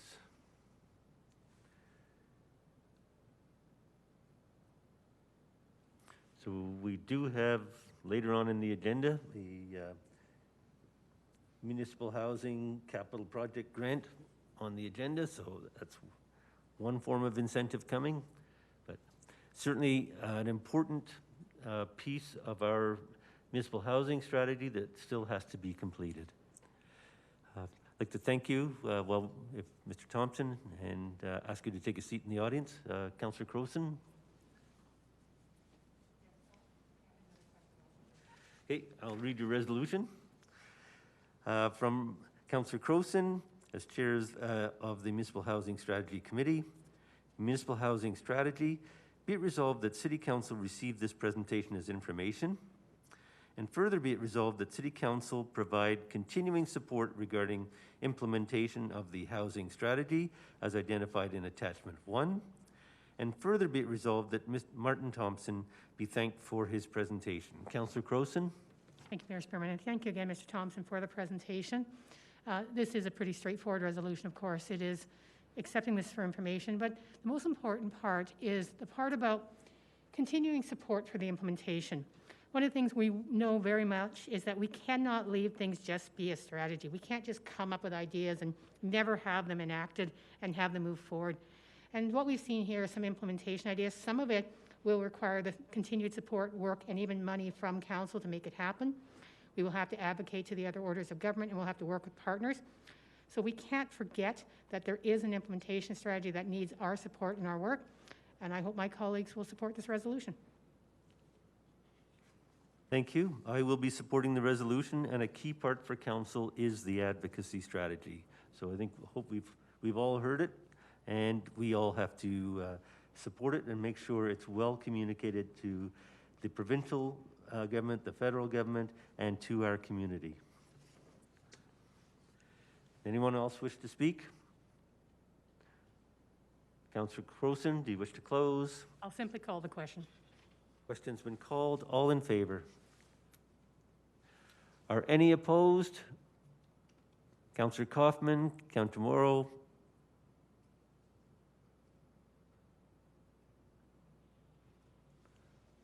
I'm guessing that's in favor.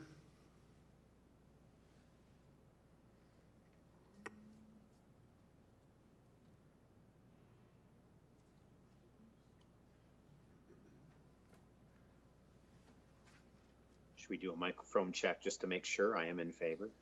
Okay, thank you. So am I. Okay, thank you. Okay, that is unanimous. We'll move on to 4.5. Recommended changes to Public Art Policy, CC30. I'll ask our presenters to come forward. It's Ms. Jillian Bracken and Ms. Suzanne Lint.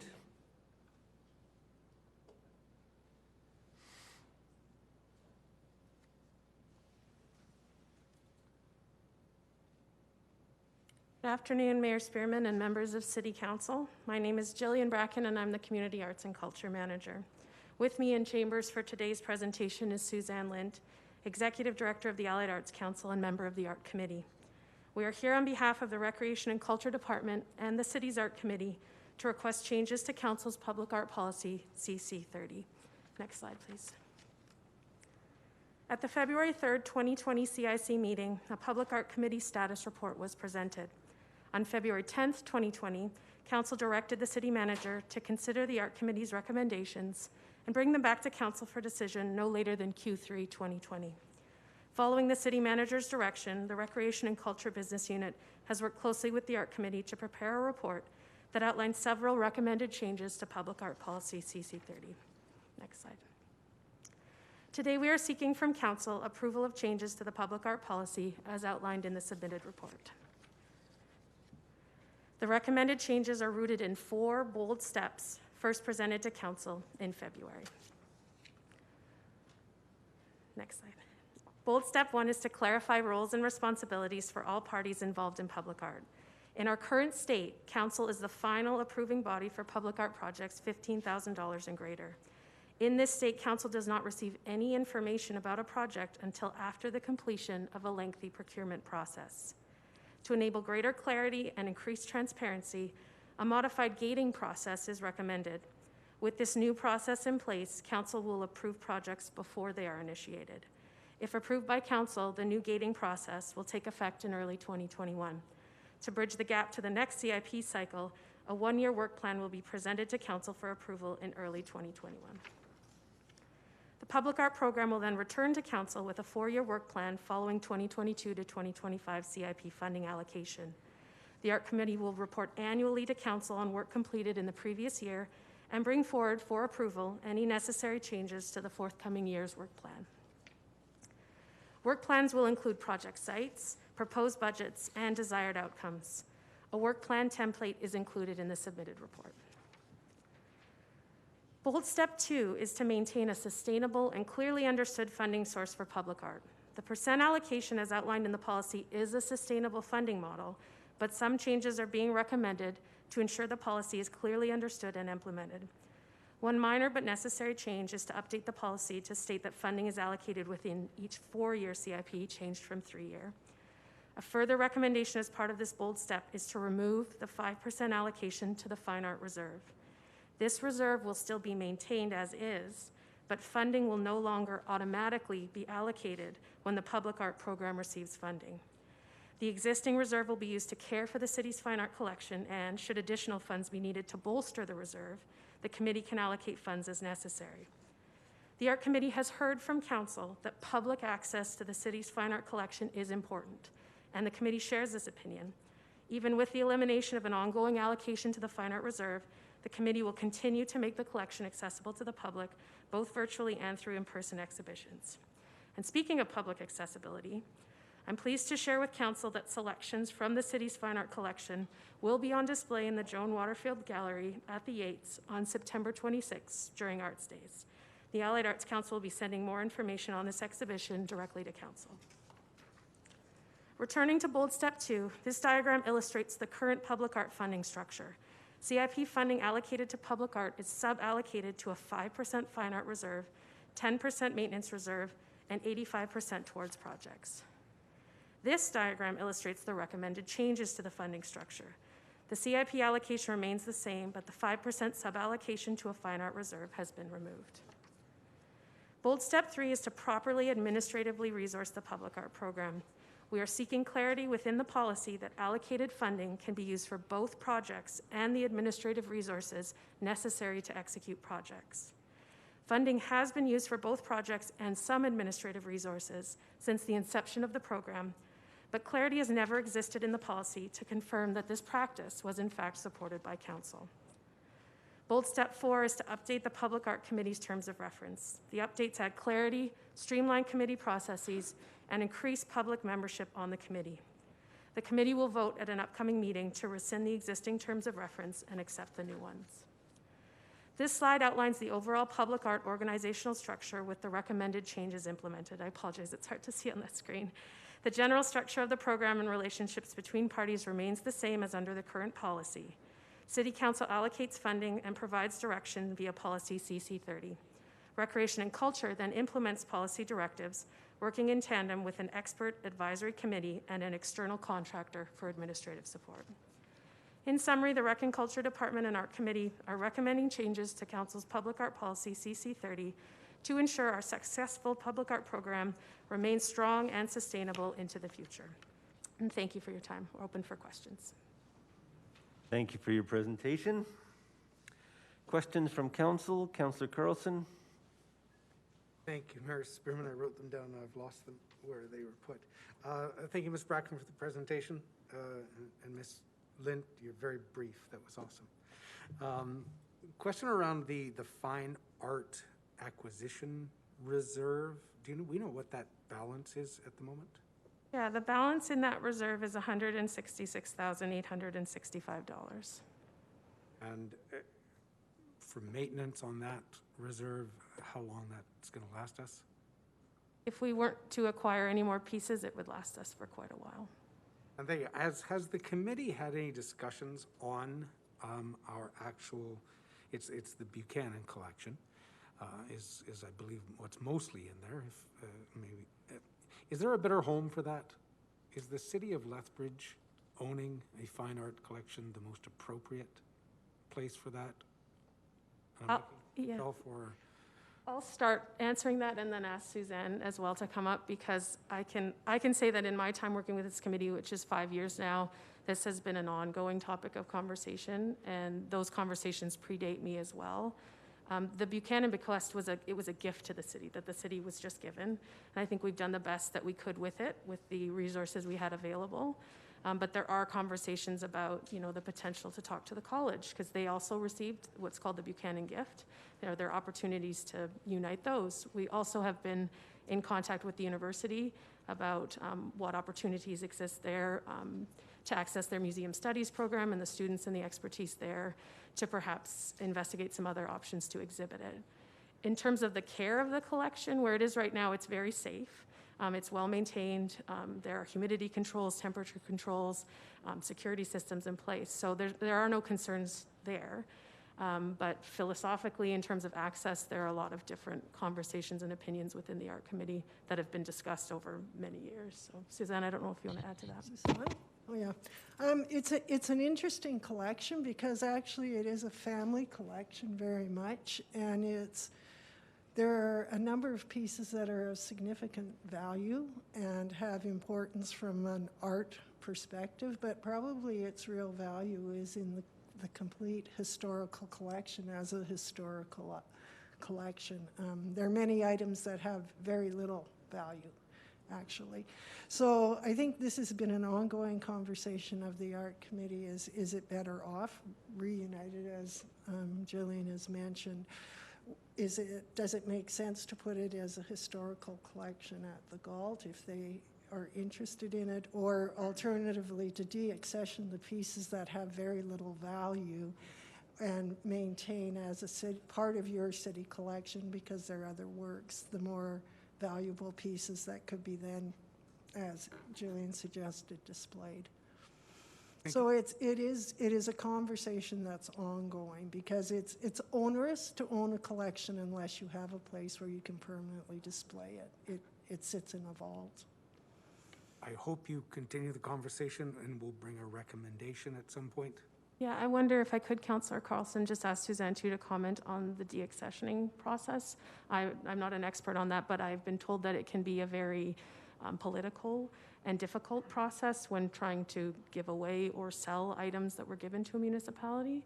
So I know that's been another topic of conversation that I think because it's so difficult, the committee just hasn't gone there. I don't know if There's really not much I add, but it isn't just as simple as putting it on Kijiji and offering it for sale. Thank you. And particularly, I guess the other thing is this was a bequest, a family bequest that came into the city as a body of work. It isn't even a situation where the city owns one piece of art that they may choose. So there is the whole bequest piece around it as well. Thank you. The other question I had, the administrative resources, it's just to provide clarity. The fund has been used for those administrative resources in the past, so that's not a change. The biggest change I'm seeing here, and correct me if I'm wrong, is that instead of your committee coming to council on one-off basis saying, here's the piece, approve it, we approve a plan, a 4-year plan, and the committee just goes out and does the work. Is that the major change I'm seeing here? Yeah, that first bold step talking about the new gating process would be the most dramatic change. I think the committee and council, through my time here and even before that, there's been some concerns expressed about council not knowing about anything we're doing until we come with an artist and a piece, and then we ask you, approve it. And you had no idea we picked a site, that we assigned a budget. You assign, funding through the CIP. We would then go away and do all the work, and then, you wouldn't see it until the end. So the idea is to flip that and implement a process that I think is more similar to other capital projects where council's role is at the beginning. And that's a recommendation from the committee that, of course, council, can respond to. But from our perspective and listening to the concerns of council over the years, we felt that that was a strong recommendation. Seems stronger to me because it gives you a mandate at the beginning of the 4 years, not to do all the work, come to council with your fingers crossed that after all that work and investment, I might say, no, I'd like to see a horse statue instead of a flower statue. So I appreciate that. So thank you for that. And if I can, Councillor Carlson, just further to that, I think that it also just puts everybody in a better position where the expertise of the committee is then acknowledged and the role and the expertise of council is acknowledged as well in a different way. So, yeah. Are there any further questions from council? Councillor Kaufman. Go ahead. Thank you. Thank you both for the work on this. I really appreciate this coming back. Under responsibilities, City Council 2, you've added in F and G, and I did have a slight outage of audio, so I hope I'm not repeating or asking a question on something that was stated. But under the promote awareness and understanding of the importance of public art, that's going to be a responsibility for council. How do you foresee that occurring? Councillor Kaufman, I think this might just be lost in the way this is formatted. Unfortunately, the heading for recreation and culture got clipped at the bottom of the first page, but that F and G has actually been moved from the committee to recreation and culture, not to council. So I apologize for that lack of clarity. I was excited, but thank you. Any further questions? Okay, we'll ask our presenters to take seats in the audience while we deal with the resolution. I have a resolution from Councillor Carlson. Recommended changes to Public Art Policy, CC 30. Be it resolved that City Council receive this presentation as information. And further be it resolved that City Council approve the recommended changes to Public Art Policy, CC 30, as identified in Attachment 3. And further be it resolved that Gillian Bracken and Suzanne Lint be thanked for their presentation. Councillor Carlson. Thank you, Mayor Spearman. Again, thank you for the presentation. Thank you and all of the committee members for the work behind this. It was some months ago, I think we asked for you to come forward with these changes. I appreciate it. It'll sort of streamline, provide better clarity, and let the experts do the work that council says, yes, go ahead with your plan. So I appreciate the new way of doing things. It isn't costing us any extra dollars. It's just some clarity and some respect to let the experts do their work. I will make one note that I do feel sad that Councillor Kaufman will have to use his spare time to promote the benefit of public art rather than as city council, but I'm sure he does that anyways. I just ask for my colleagues' support and thank you all for the work on this. Councillor Miyashiro. Thank you very much, Mayor Spearman. Thank you very much for the presentation. I'm a huge supporter of public art. I believe it enriches our community. I'm really happy to see that the committee's gone away and developed a planned approach to give City Council more direction on what it's going to look like over the term, and that it just provides some clarity, as Councillor Carlson said, on what the process is. And so I will fully support this change to the public art policy. Does any other councillor wish to speak? I'll ask Councillor Carlson to close. I will call for the vote. Question's been called. All in favor? Online, Councillor Kaufman. In favor. Councillor Morrow. In favor. Okay, thank you. That's unanimous. Okay, it's 3:58.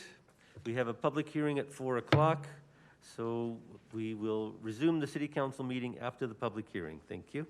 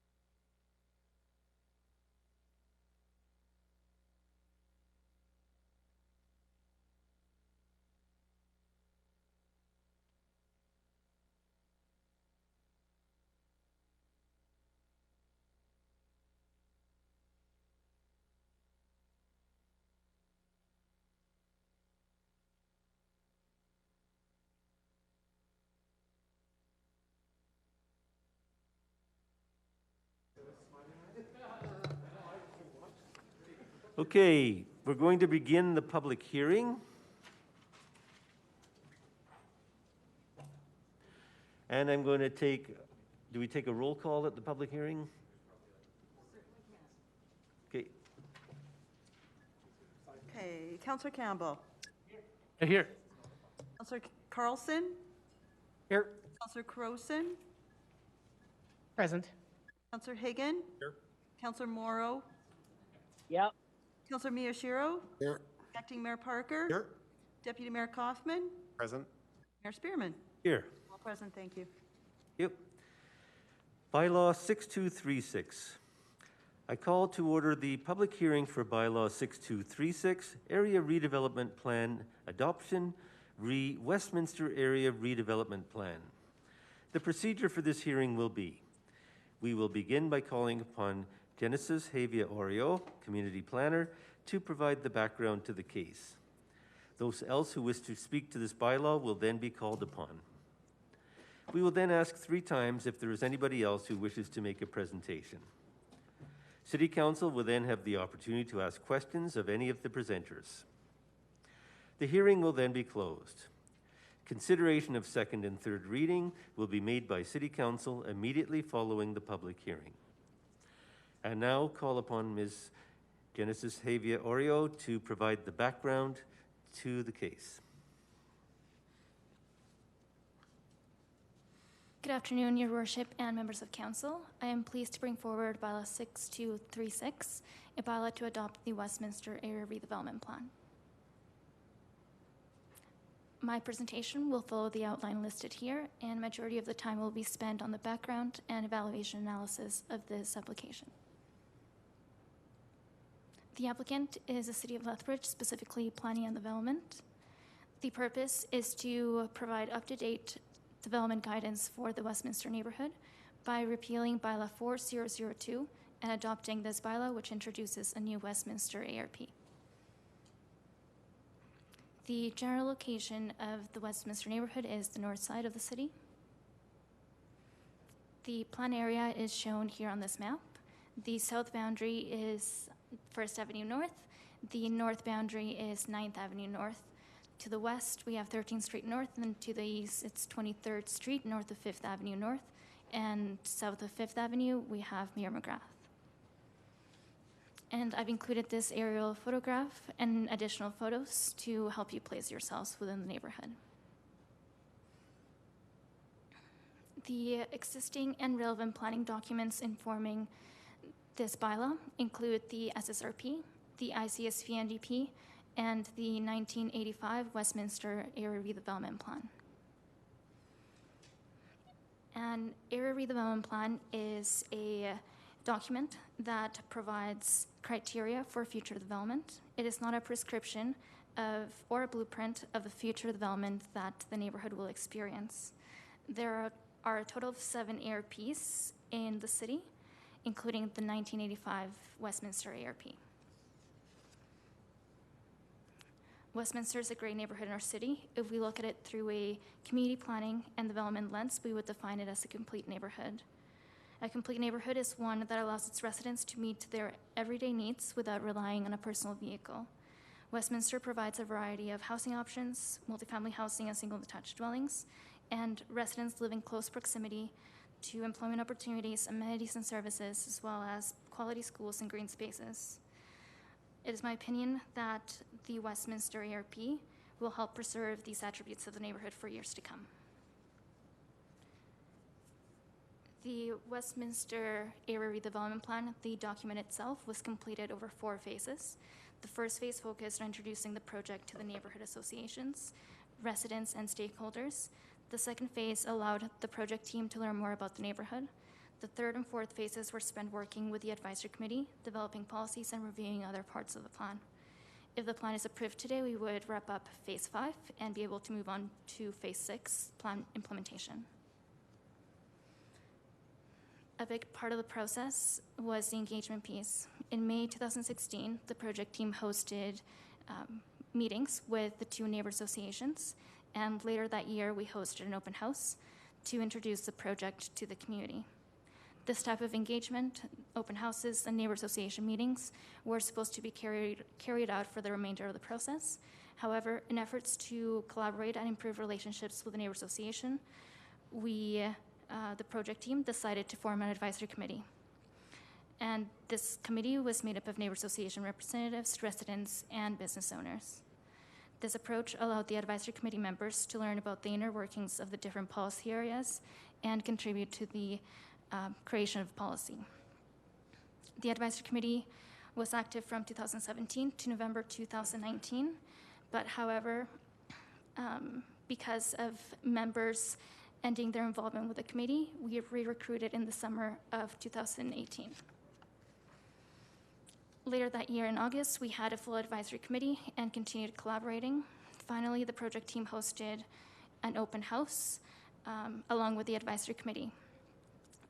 And the open house had the purpose to showcase the drafted policies with the community. It was a very successful open house. It was highly collaborative and informative for the attendees. And just like you would expect, the planners leading the meeting, we were wearing lanyards and identifying ourselves as planners and city representatives. But so were the advisory committee members. They had lanyards with name tags that identified them as advisory committee members. And it was a point of success when I noticed that the advisory committee members were greeting people and discussing policies with the attendees. I think it was a great ending to the collaboration we had done over the past few years. We were able to show up as a team, regardless of the different conversations we had and the compromises we all had made. Through the collaboration with the advisory committee, we learned a lot about development observations and hopes for their neighborhood. The 3 learnings that stand out include density, illegal secondary suites, and neighborhood resiliency. There are general concerns with the impacts of additional density, including illegal secondary suites, and the concerns are related to increased parking needs, infrastructure capacity, and the safety of secondary suites.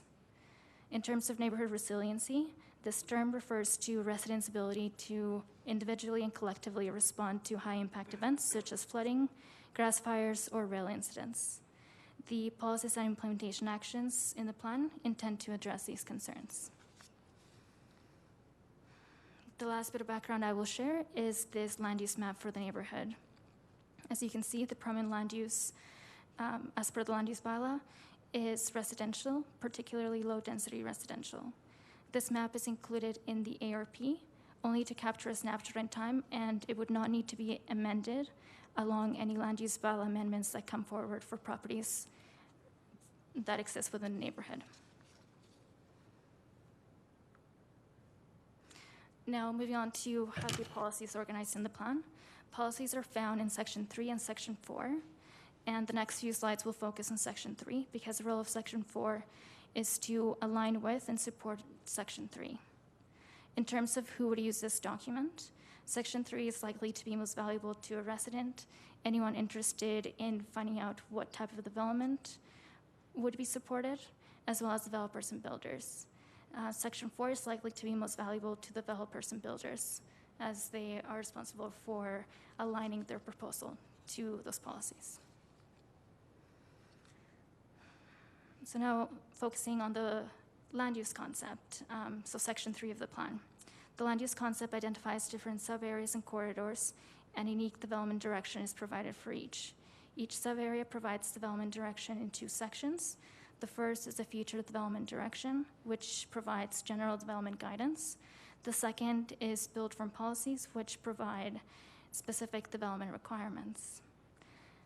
So the next few slides will review the future development direction for each of the sub-areas. So starting with the inner neighborhood, the future development direction intends to preserve single detached dwellings by only allowing secondary suites as suitable additional uses, but only on corner parcels. This would result in an 83% reduction in potential locations for secondary suites. However, existing secondary suites may be brought into compliance even if they are not located on corner lots. This policy is in place in efforts to not displace existing residents or take away from the city's affordable housing stock. Moving on to a sub-area where density intensification is fully supported. Sub-area A supports apartments and townhouses. Sub-area V supports the same type of density intensification, however, in the form of duplexes, townhouses, and apartments. Moving south within the neighborhood, in the special interest area, only single detached dwellings are supported. At this time, residents directly north of the rail would benefit from suitable resources to be prepared to respond to a potential rail incident. This topic will be explored as part of hazards and risk vulnerability assessment, which is an implementation action coming out of this plan.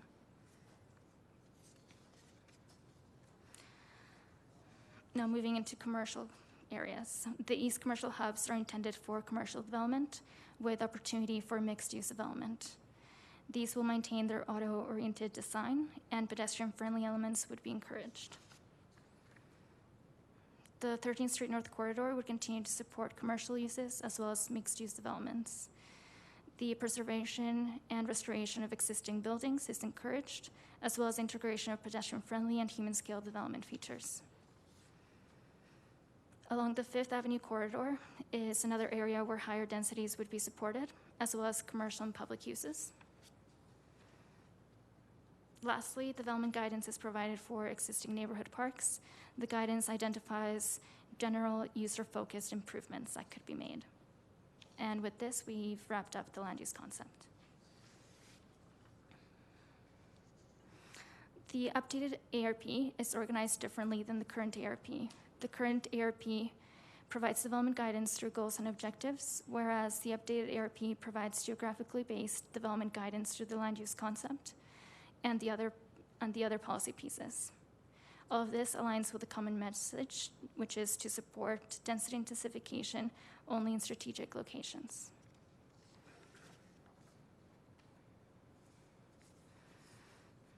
So, as council, this isn't the last time you will hear about the Westminster ARP. First, Planning and Development will provide yearly updates on the ARP implementation. Second, some of the implementation actions will require presentations or submissions to you or decisions from you. The decisions will likely be in the form of land use bylaw amendments. And third, as mentioned earlier, the land use map is simply included as information and to capture a snapshot in time. This would not need to be updated when a land use bylaw amendment is brought forward. However, during public hearing presentations for land use bylaw amendments during the properties, for properties within the Westminster neighborhood, will of course provide you a summary of the ARP's policies that impact that rezoning. The Westminster ARP in question today aligns with the efficient use of land and housing policies found within the SSRP and the ICSP MDP. In terms of public hearing notification, a newspaper ad was posted on the Lethbridge Herald on August 19th and September 5th. And before this, to showcase the draft policies with the community, we hosted an open house in January of this year with 100 attendees. The feedback we received at this open house aligned with the feedback the advisory committee had shared, which was the foundation for the policy direction. For this reason, the general policy direction did not change. However, as per city solicitor's guidance and project team decisions, 2 standalone policies were removed. These include the redevelopment levy and municipal planning commission operational direction.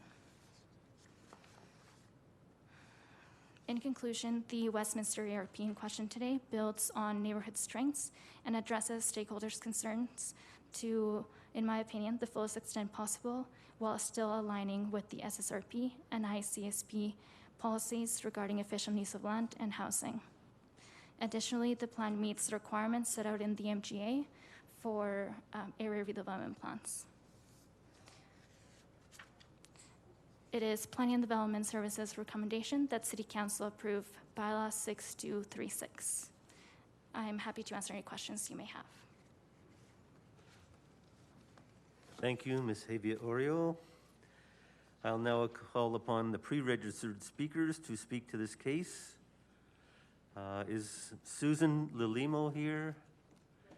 Yeah, if you'd like to come up and speak if you wish.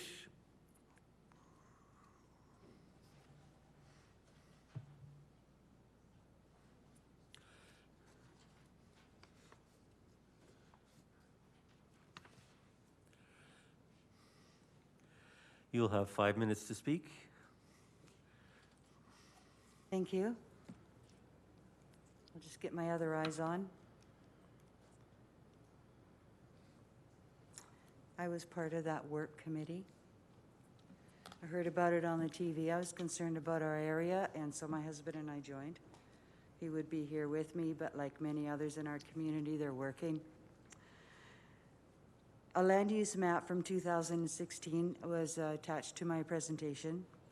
It's outdated, and yet it still shows Westminster has the lowest number of one-unit dwellings on the north side.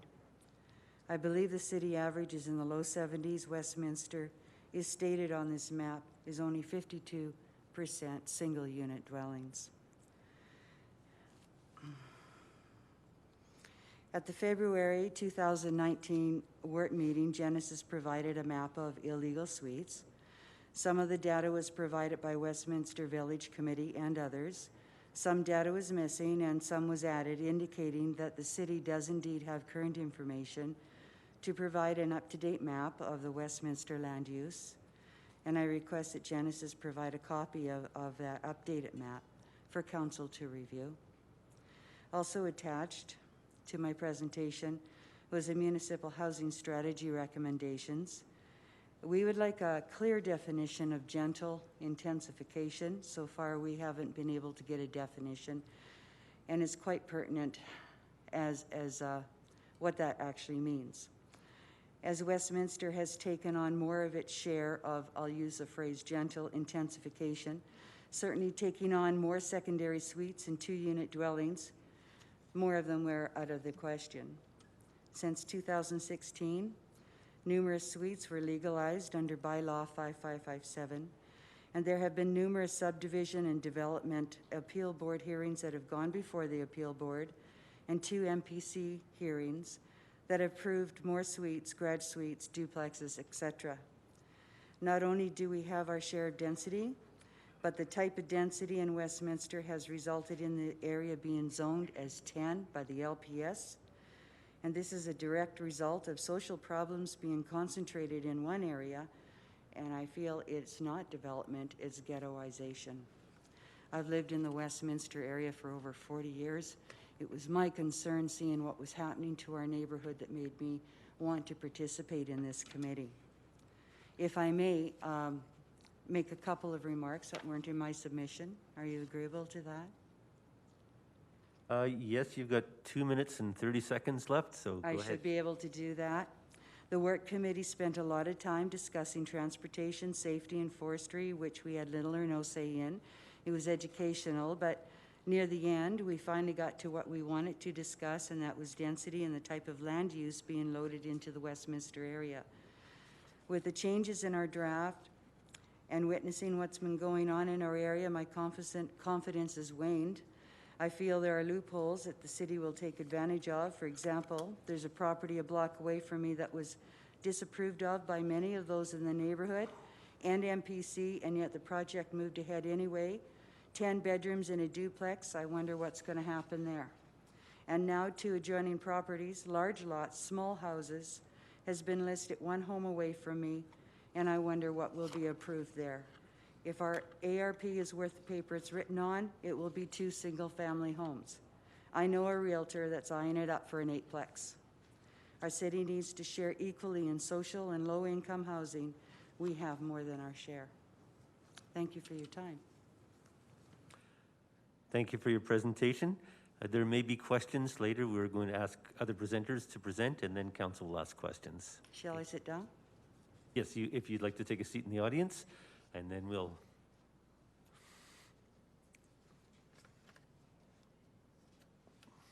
Darlene McLean.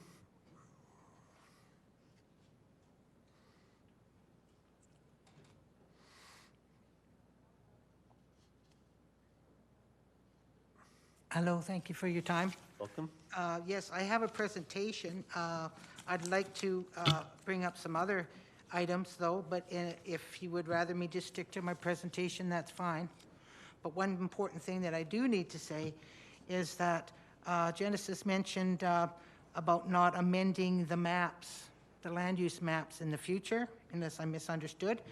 the very important thing about amending the land use maps as we take on more direct control waivers, whatever, we need that data to take with us, because we go to a lot of SDAB meetings, subdivision and development meetings, and we find that some of the members are sort of not up on the situation, and it's very helpful for them to say, here, we've got 2 duplexes, 3 suites on this block already, do we really need another one, kind of thing, and we can show them a little bit easier. Genesis mentioned about not wanting to move existing residents that are in illegal suites. Well, number one, we don't know about the safety of those illegal suites, so I don't know. Now, by law, those landlords that had the opportunity to deal with their illegals through bylaw 55, 57, they had a chance for years to do that. They didn't.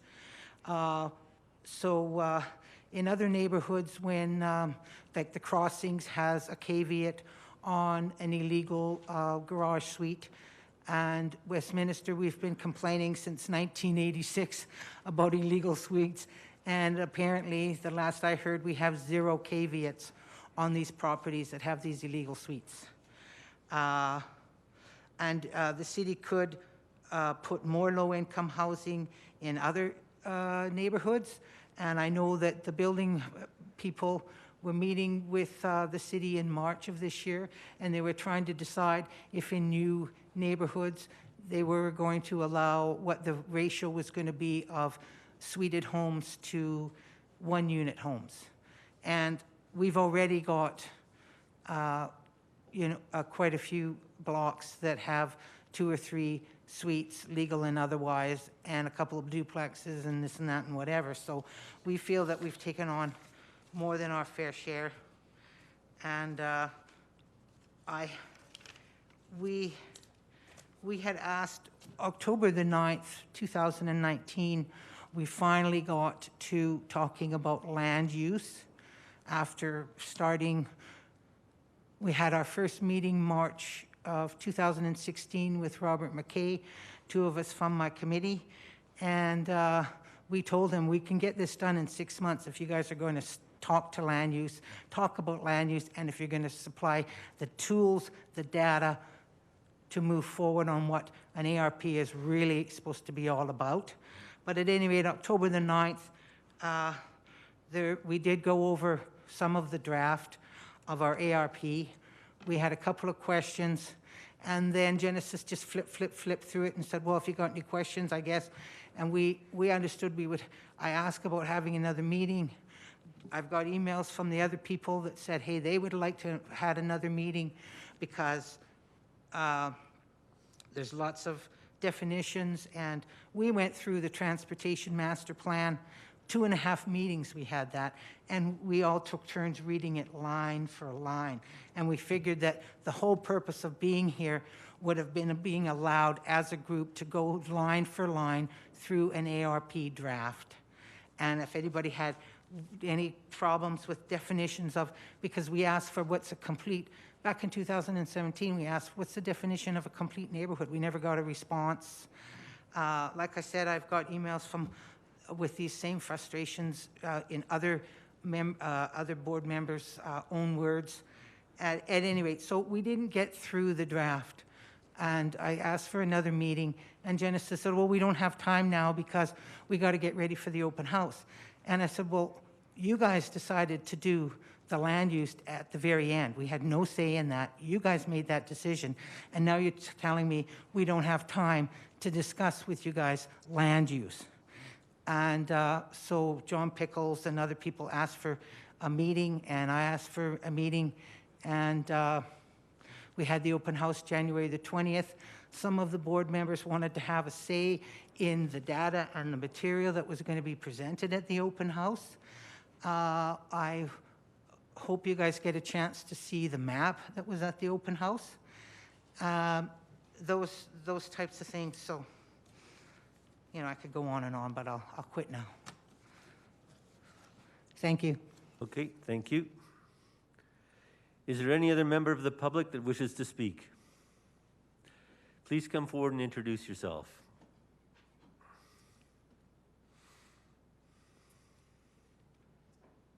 Good afternoon. My name's Colleen Arsini, and I also was on the WARP Advisory Committee. I was not intending to speak, so I'll be short. I disagree with the characterization of the process made by the two previous speakers. I thought it was an excellent process, but we were constantly bogged down by discussions about things that were not within our purview. I think this is a good plan, and personally speaking, I think we all have to take maybe a little bit more of our share. Homelessness is a huge problem. Thank you. Thank you. Is there any other member of the public that wishes to speak?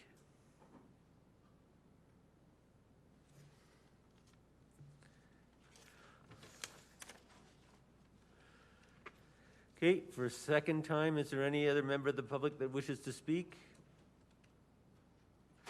For a third and final time, is there any other member of the public that wishes to speak? Hearing no presenters, it is now time for City Council to ask questions of the presenters. Deputy Mayor Kaufman. Thank you, Mayor Spearman. Thank you, Ms. Javier Oreo, for the presentation, for the information. I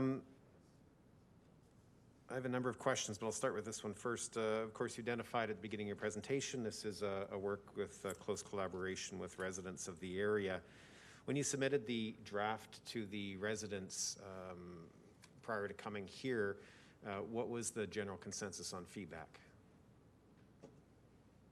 Yeah, so do you mean the advisory committee or the public? When you submitted this back to the advisory committee, because I'm assuming if the advisory committee was working on the draft, it went back to them. So what kind of feedback did you get from them? The feedback we received reflected what you've heard today from other previous speakers. So, of course, no one will agree with the policies, and the people that didn't agree with the policies spoke to you today. The rest, I'm sure that they compromised along the process, but at the end, they did agree that they were comfortable putting this forward to council. Thank you. Can you provide a definition? Somebody asked the question about what gentle intensification means. Do you have a definition?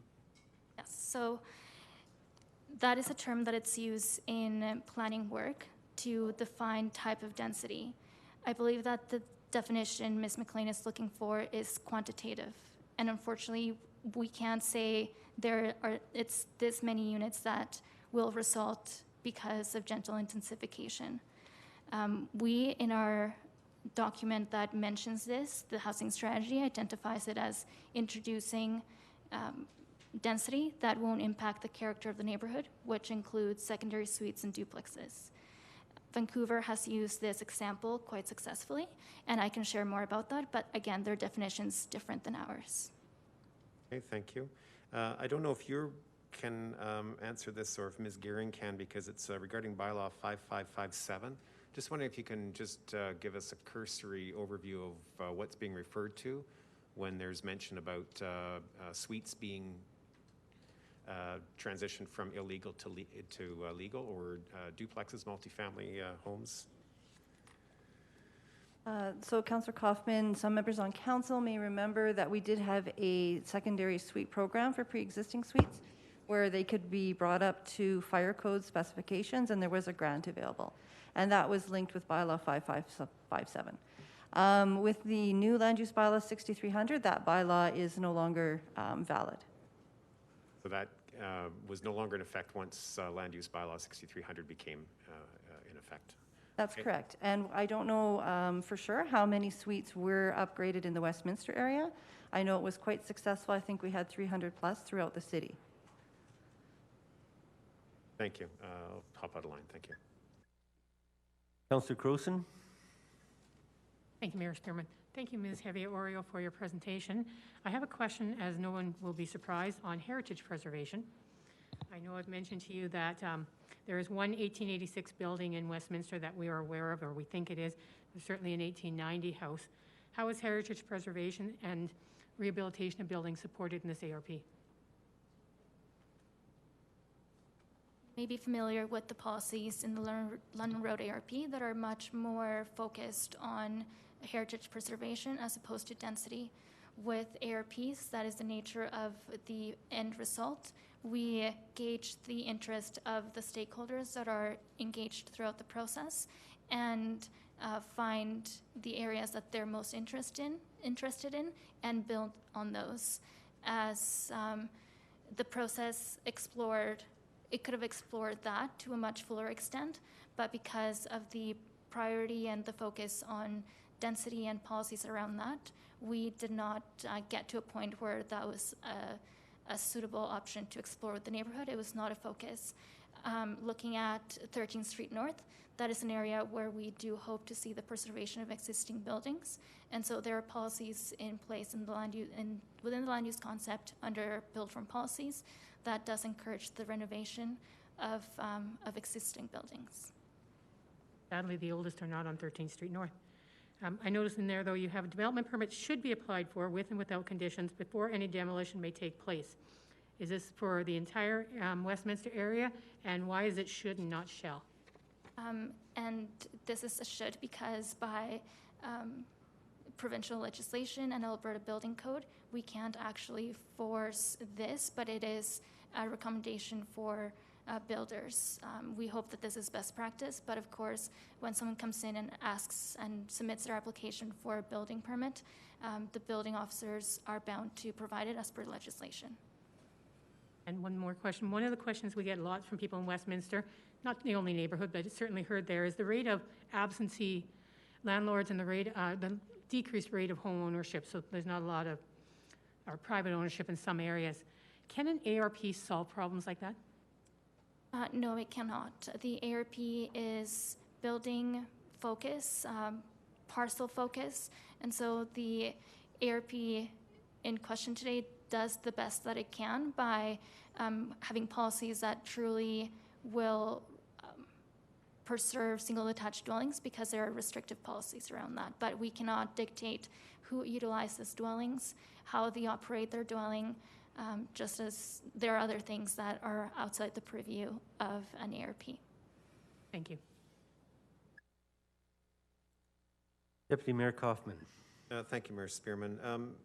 In your presentation, you stated, actually it's in 3.1.2 in terms of in the document, suites are, you basically said in your presentation, suites are not supported or suites won't be supported unless it's an application for a corner. Now that doesn't mean that somebody can't apply for a suite mid-block or something of that nature, and the responsibility then will fall on the development officer to say yes or no. The suites are not going to be supported. I'm going to assume then the DO is going to say no. The process then is the person who's making the application will end up coming to Municipal Planning Commission, correct? I'll defer this question to Maureen. So usually the application would come to Municipal Planning Commission if there was, if the development officer was undecided in terms of neighborhood opposition. If the development officer refuses, which is what we've talked to them about, based on the policies that are in the plan, then it would go to SDAB.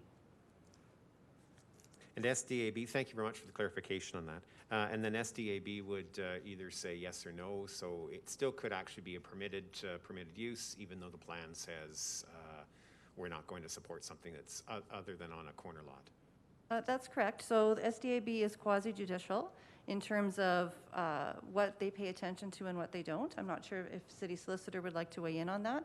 I would hope they would have consideration to an approved area redevelopment plan by council, though.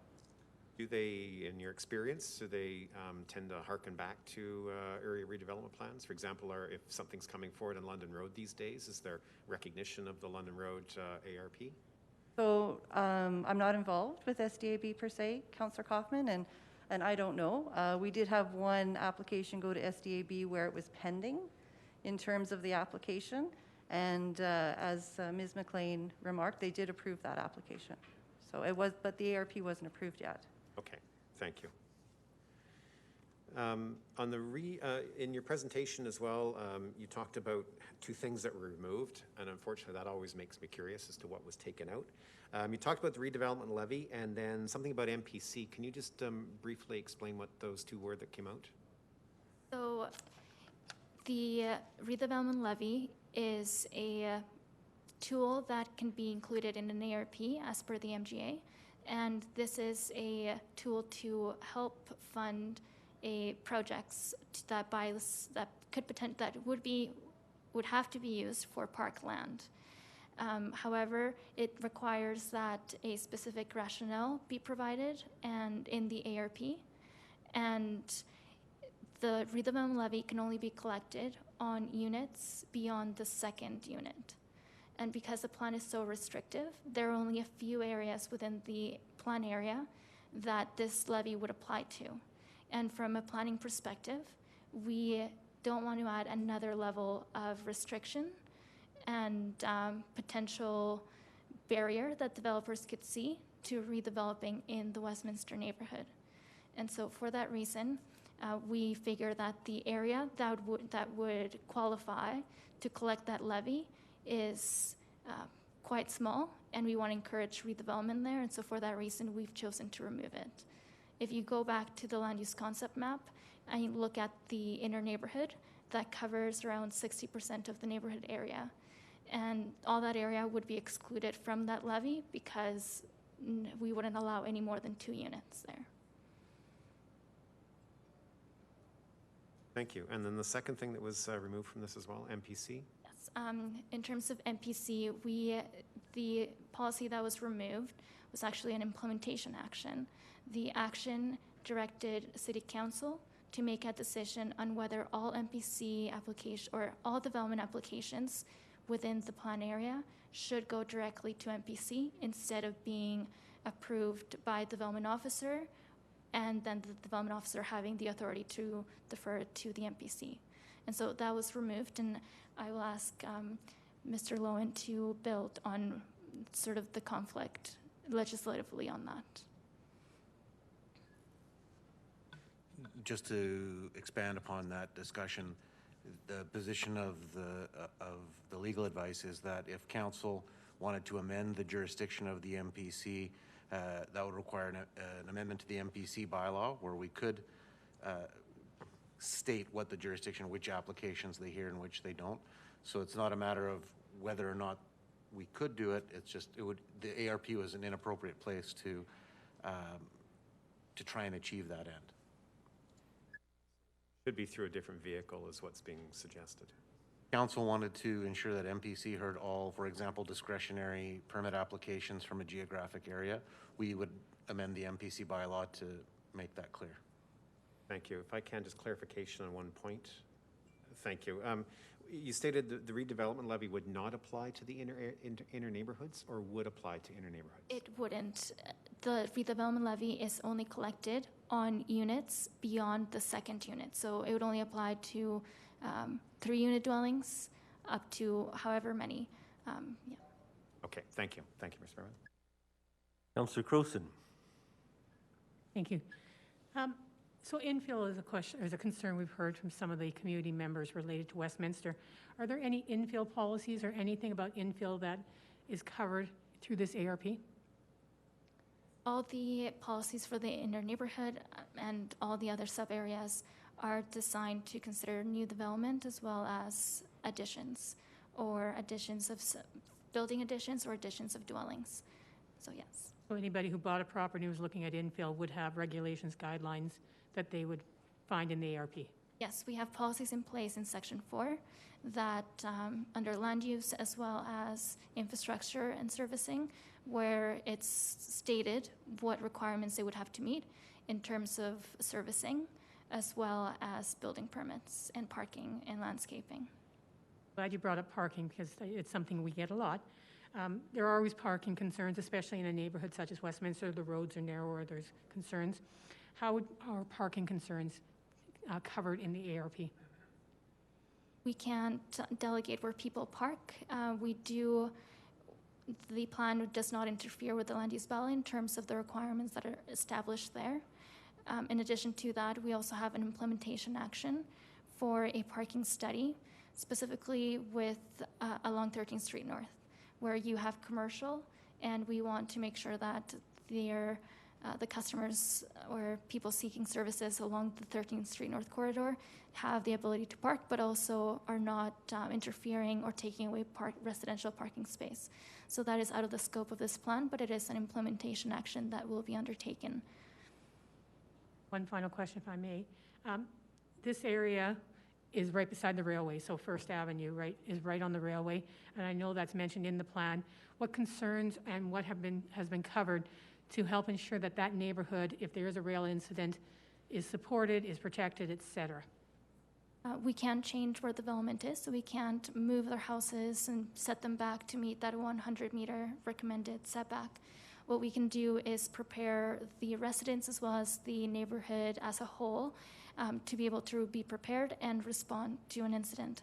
And so again, this is out of the scope of this project, but through collaboration with fire and EMS, we have identified a hazards risk vulnerability assessment as a suitable next step. So what that entails is a advisory committee that brings together people from the neighborhood as well as experts that would be key in responding to an event.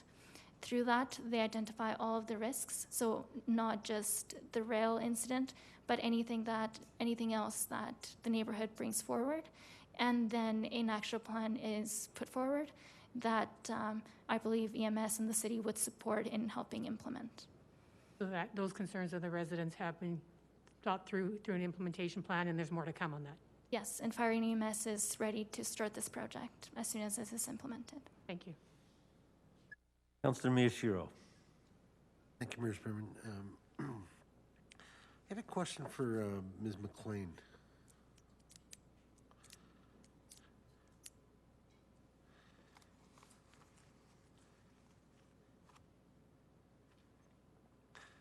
You've been a great advocate for your neighborhood for as long as I've known you. In listening to what you've had to say in some of the people that came with you and listening to the discussions over the years, is the densification problem more pronounced south of Fifth Avenue than north of Fifth Avenue?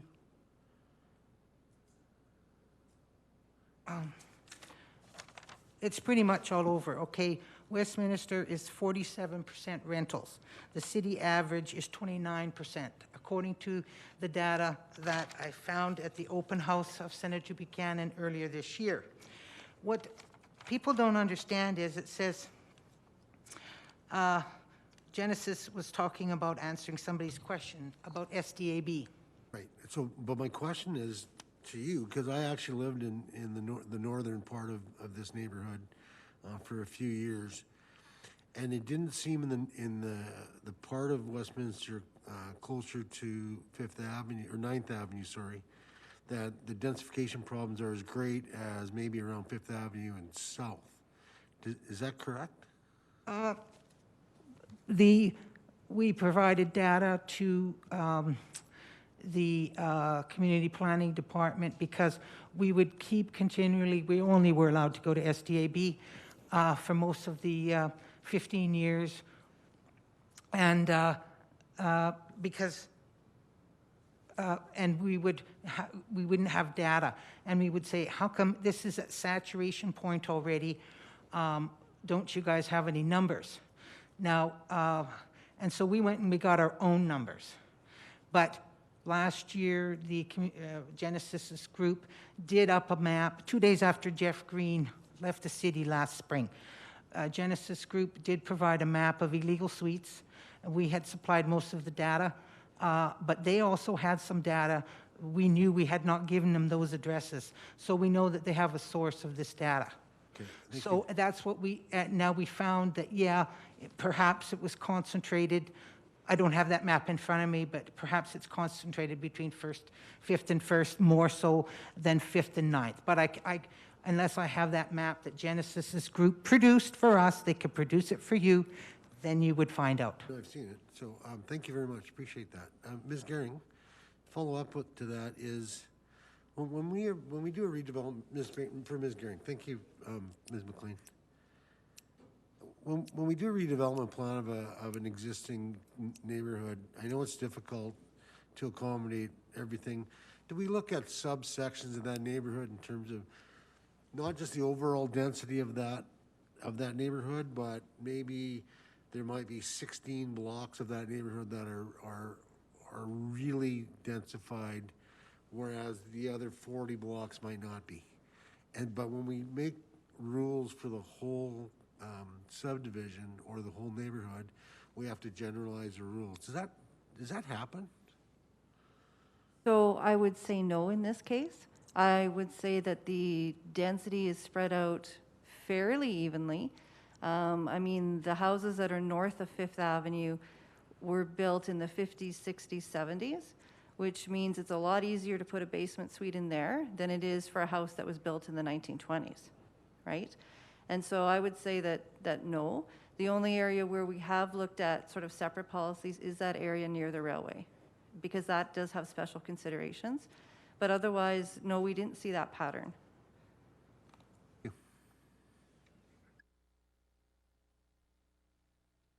Ms. Havia Oreo, there was extensive consultation, at least you had several open houses.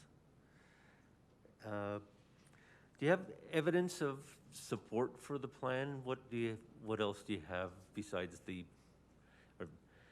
are there additional? I'm surprised there's of the lack of feedback from others or a signed document. When you did the support and you got extensive involvement, I saw quite a few people at an open house at the Westminster Pool Building. Everybody seemed positive, but what happened to any of the feedback? Is there any of that you can share? There wasn't a general statement that said we support this plan. However, all the feedback that we received is included in the appendix. So I think it's the last set of pages in the actual plan, and all of the verbatim feedback was included. You will note that there wasn't full consensus of the plan through that feedback. You have the people that would like to see more density, and you also have the comments that say less density. So I don't have such document that says everyone at the open house supported the plan, unfortunately. Okay, thank you. Deputy Mayor Kaufman. Thank you, Mayor Spearman. Ms. Havia Oreo, through Councillor Miyashiro's line of questioning, do you have a map of suites? We did create one and provide one to the advisory committee as a way to inform the conversation.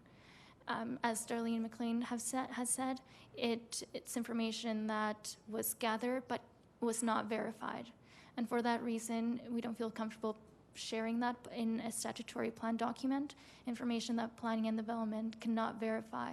And with secondary suites, they may be there, but again, the property may sell and the new homeowners don't want the secondary suite, and so therefore their natural cycle sort of ends. And we don't know if even those lists, the map with all the secondary suites that are considered illegal, are still existent. So for that reason, it's not included in the statutory document. I will also add, Councillor Kaufman, that it was a bit of an aha moment for staff looking at the amount of illegal suites that Ms. McLean provided.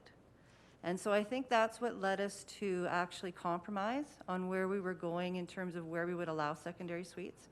There was that understanding that even though we don't have records of them being approved, there is, I guess, proof from Ms. McLean that in some form or another they may exist at some moment in time.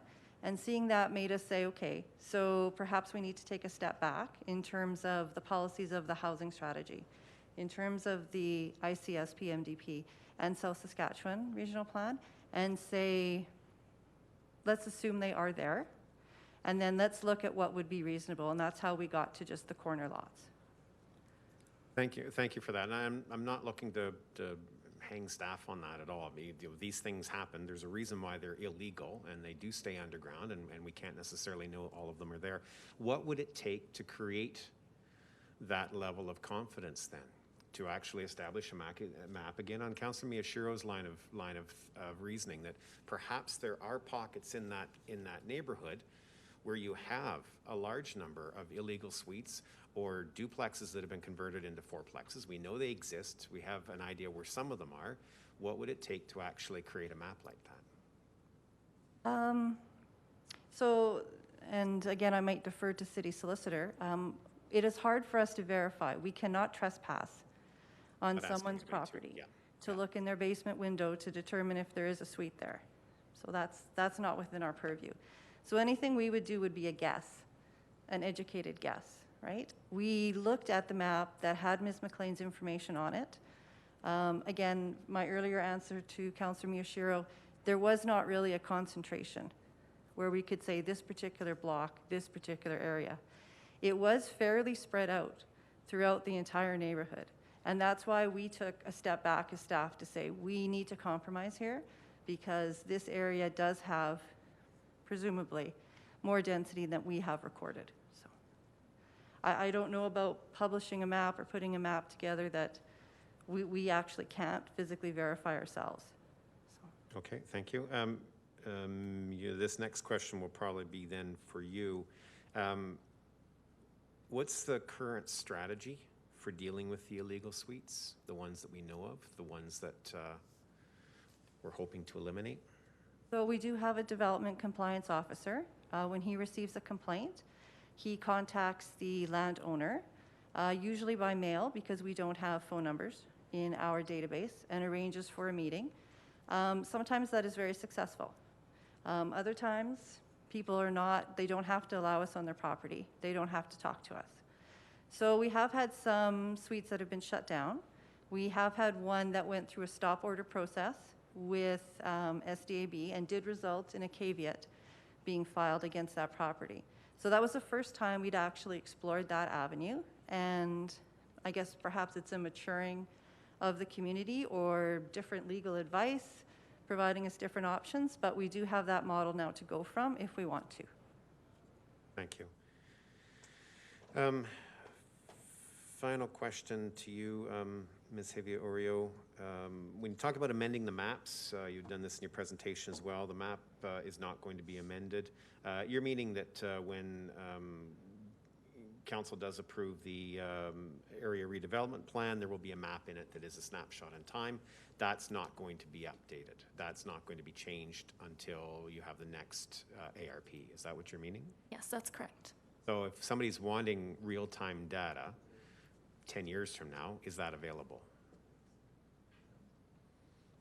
Yes, of course, we would be able to update, as the plan is updated after every rezoning, it would be current and accessible on the website, actually. Okay, so somebody could just actually go to the website X number of days or months after rezoning in the neighborhood and see the change on the map. That's updated. Okay, thank you. Thank you, Mayor Spearman. Are there any further questions from council?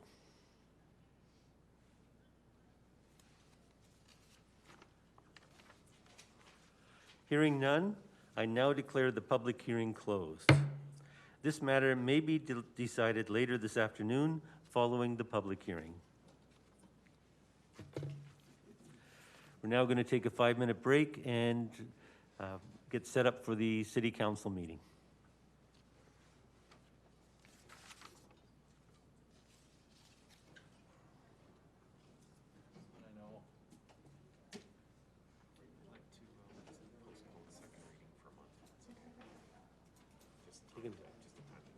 Somebody. Yeah, I'll just bring it up as a. Hey. You want it written or do you want it? No, but you might want to let them know.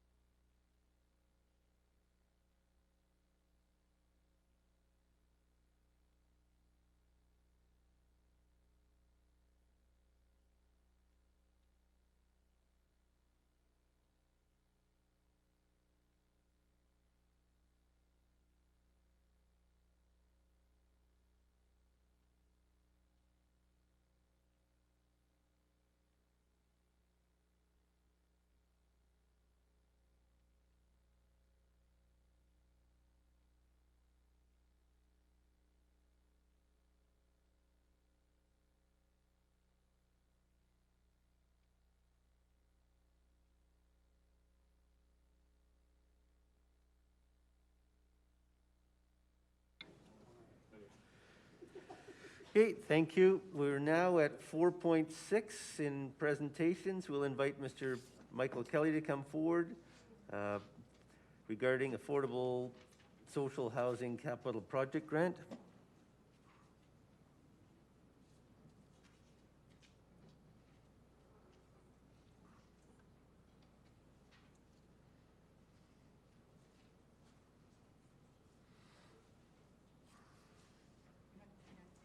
Oh? Okay.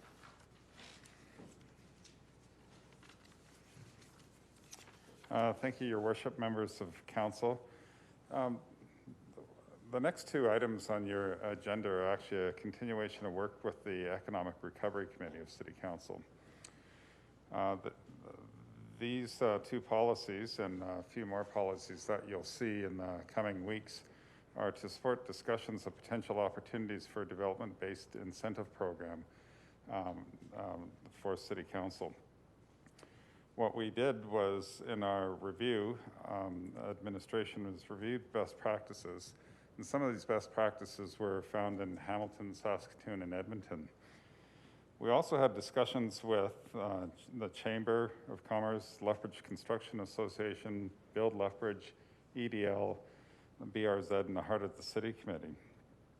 Now, incentives can be an effective tool in economic development in key strategy areas to yield high community return on investment. And these types of returns on investments can be in the form of new jobs, increased tax base, increased local spending, affordable housing, and revitalization. And these two particular policies that are being presented today will, in fact, highlight the latter of the return on investment items, affordable housing and revitalization. Is the policies coming up here? I just want to highlight, I'm not going to go line by line through the policies, but I'm going to highlight significant areas of change in the policy. First of all, we've incorporated affordable and social housing and put in definition for social housing in the document. Secondly, in the area of grant allocation principles, what we found in reviewing the policies is that we had a lot of restrictions to be able to get monies out into the community. And the biggest restriction in here was about we only do an intake on every 2 years. Opportunities for affordable housing can happen at any time, so we shouldn't have that kind of barrier. So this would be an intake can happen on an ongoing basis. Next item is item 2 in the same category, is that it talked about how the application would be evaluated, but it was never defined. So we've added some definition in the document about the 3 items that we'd expect from an applicant to put forward. And then in the responsibility sections, of course, social housing in action does not exist anymore, so we've deleted that from the document. And one item that I think I had happy fingers when I was going deleting things Councillor Parker brought to my attention is that I eliminated the maximum amount of $30,000 per project. I think it's important that we have a cap in here, or else one project could take up all your funds that you have in the affordable housing pot of money, which for your information sits at approximately $1.4 million.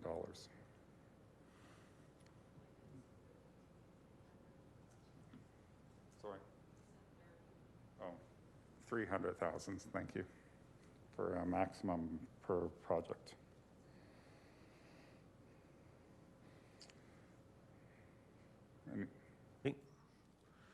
Okay, thank you for your presentation. So the 300,000 staying in? Yes, sir.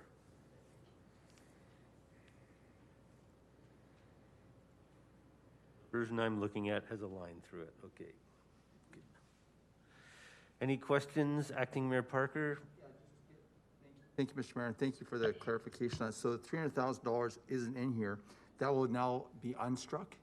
Correct. Okay, perfect. Thank you. I just wanted for clarification on that. Thank you. Nothing for, Deputy Mayor Kaufman? Thank you, Mayor Spearman. Social housing, nothing would fall outside of that definition as you have it in here. That would be what we would colloquially refer to as social housing. That's correct. Been considered an all-encompassing. Okay, thank you. In section, oh shoot, where did I see it? Sorry. Under responsibilities, City Council 2, evaluate, you've struck out and review the grant program outcomes prior to each budget cycle. Why would we not review it? I think you could. I have no reason for that strikeout that I can remember. Okay. That's Councillor Carlson has a reason for it being struck out. I thought we weren't having an application cycle. Maybe I misheard. Well, but this would be the grant program in itself. When you're going into operating budget, it's a question of, is this something that we want to fund? It's not about the grant applications. To me, this is about the grant, evaluate and review the grant program outcomes prior to each budget cycle. So that's still in. Well, I've got and review struck. I'm just wondering why the and review has been struck. It might just be redundant. Okay. That's possible. Thank you. Any further questions from council?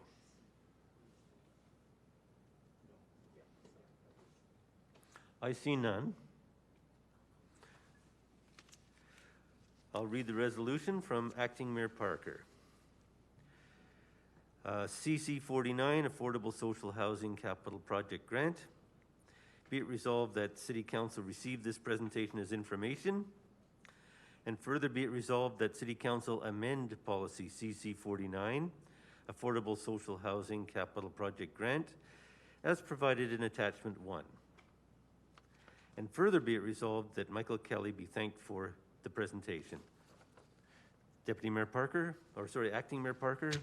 thank you very much, Mr. Mayor. And I think I also want to extend a thank you to Mr. Malcolm too, because I think they both made presentations to the Subcommittee of Economic Recovery close to a month ago, if not 3 weeks ago.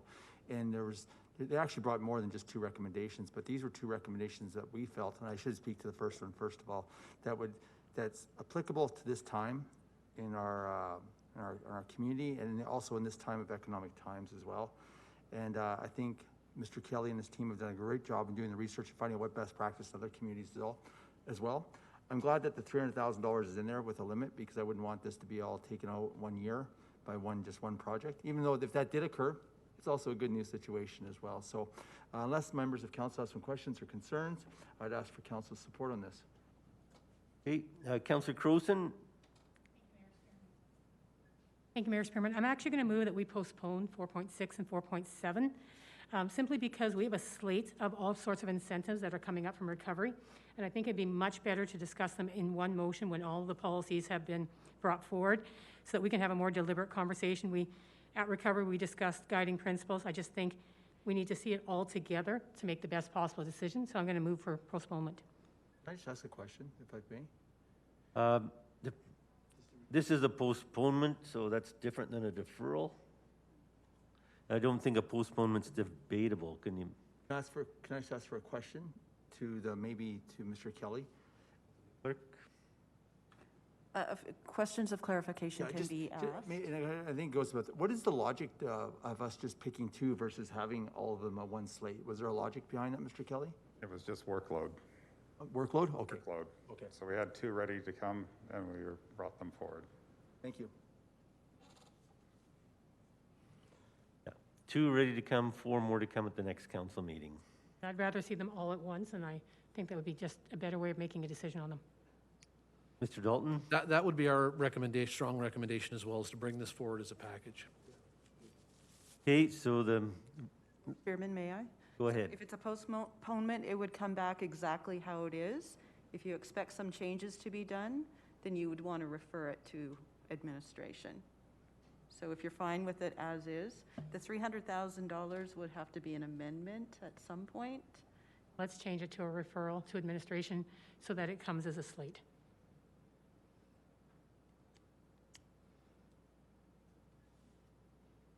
The $300,000 appears to be an error. It can be, when it comes forward in 2 weeks, it can come with that corrected. So we don't have to make a motion to change it. It's just been identified. Okay. All right, so we have a motion on the books to postpone Refer.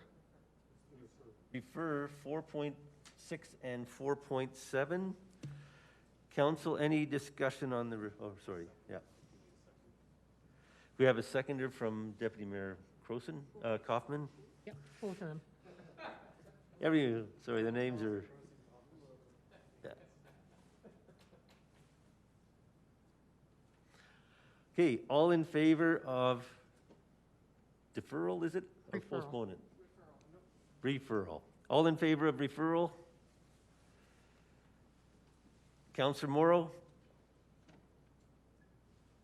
Favor? Okay, that's unanimous.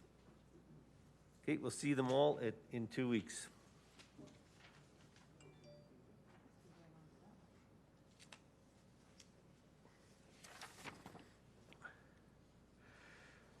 Okay.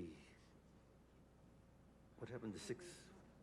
We dealt with 6.1, right? So this is 6.2? 5.1. Is it? 5.1 submission. Ryan, can I get 5.1? Thank you.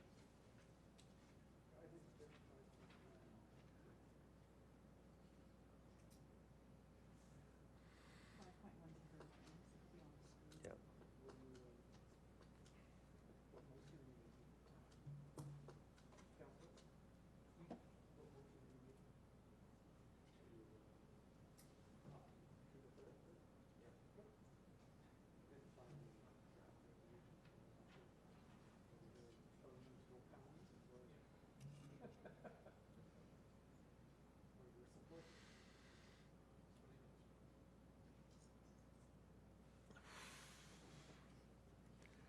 Do we have 5.1 yet? There was not a draft motion presented, but I believe Council Campbell is prepared to support the request. That's probably why there was no motion. We have no motion?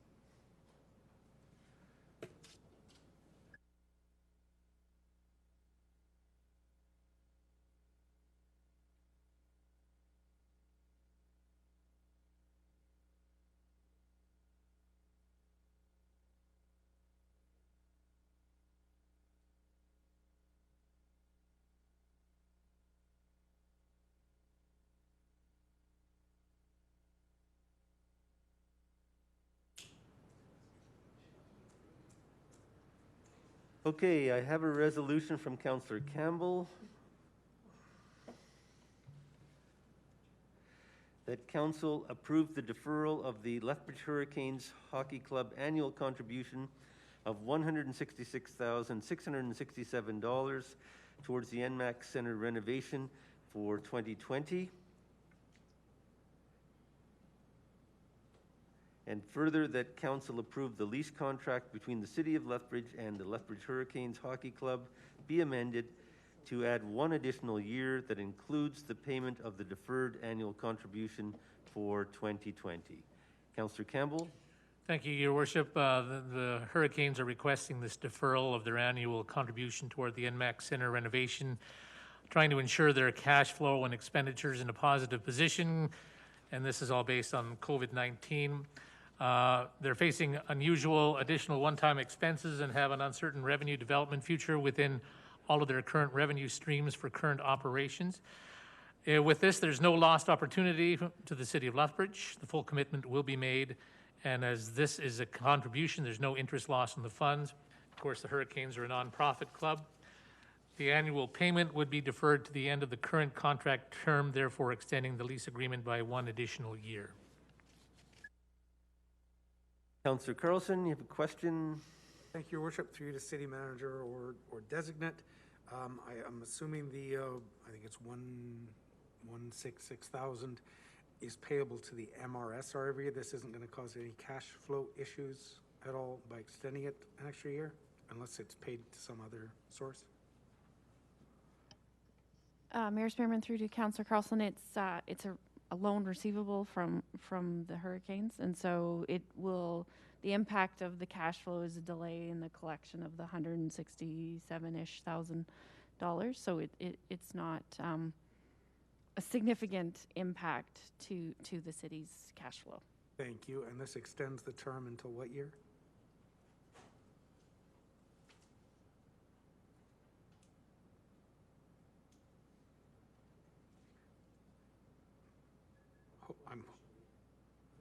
I'm hoping you. I believe it's 2030. 2030? Okay, thank you.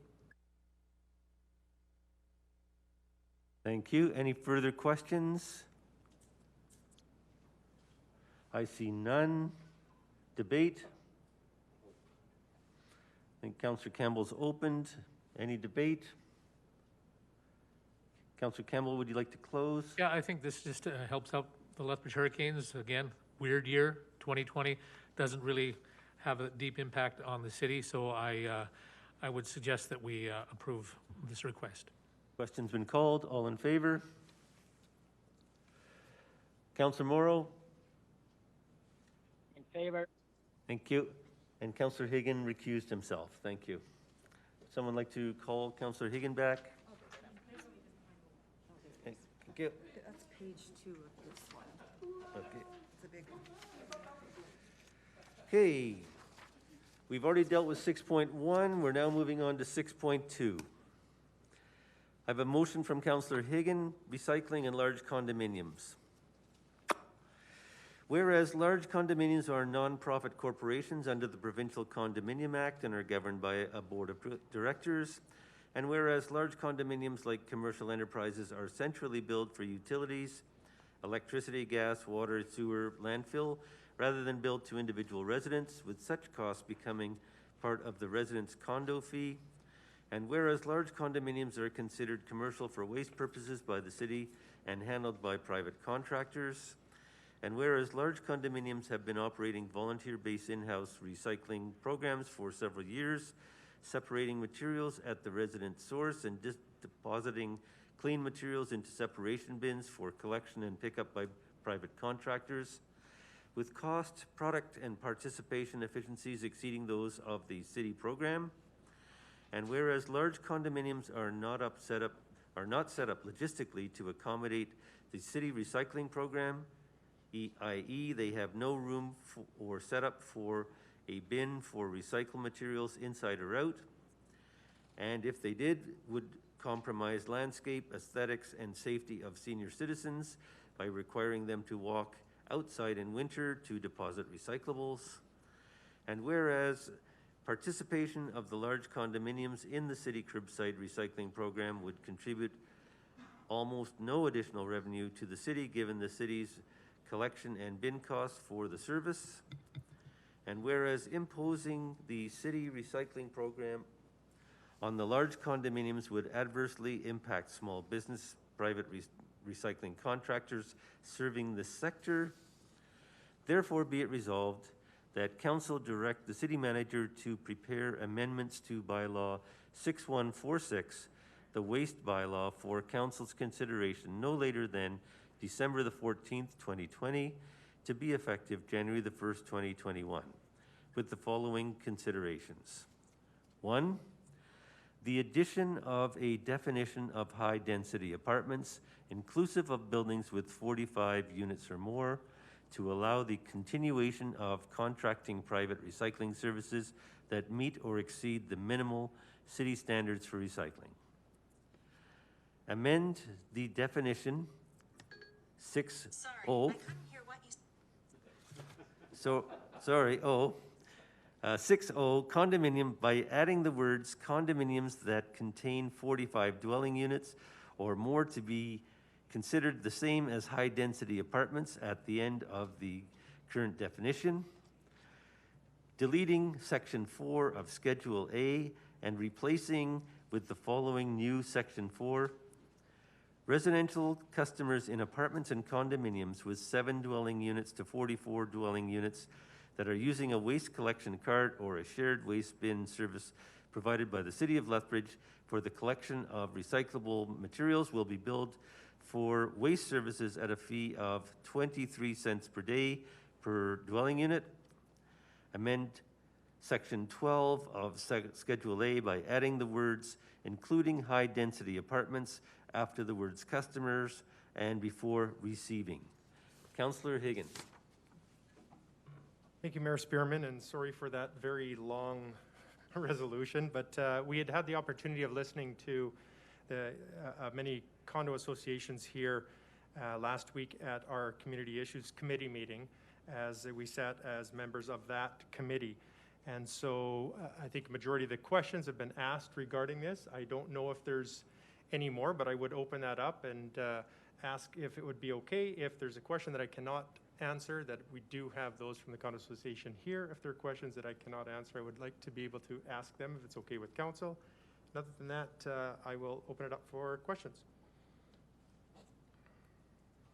Hey, Deputy Mayor Kaufman. Thank you, Mayor Spearman. Thank you to the mover for the motion. Question actually to the city manager or designate. I recognize that the motion actually states consideration no later than December 14th, 2020, but will it have to come back considerably prior to that, allotting for time for that bylaw to be appealed, or what's the word I'm looking for? Or is it because this does not affect rates, it can actually be December 14th? Is there an effect on rates here that we have to worry about or not? I believe that we wanted it to be in effect for January 1st. And Doug, do you want to chime in at all? Council is inclined to approve this resolution as described. We obviously, we've got to work with the solicitor's office to just make sure the wording is correct and the bylaw amendment is appropriate. But even if it came back, you'd need to give it 3 readings on December 14th in order for it to take effect January 1st. Thank you. Thank you, Mayor Spearman. Councillor Carlson. Thank you, Mayor Spearman. Thank you, Councillor Higgin, for bringing this forward.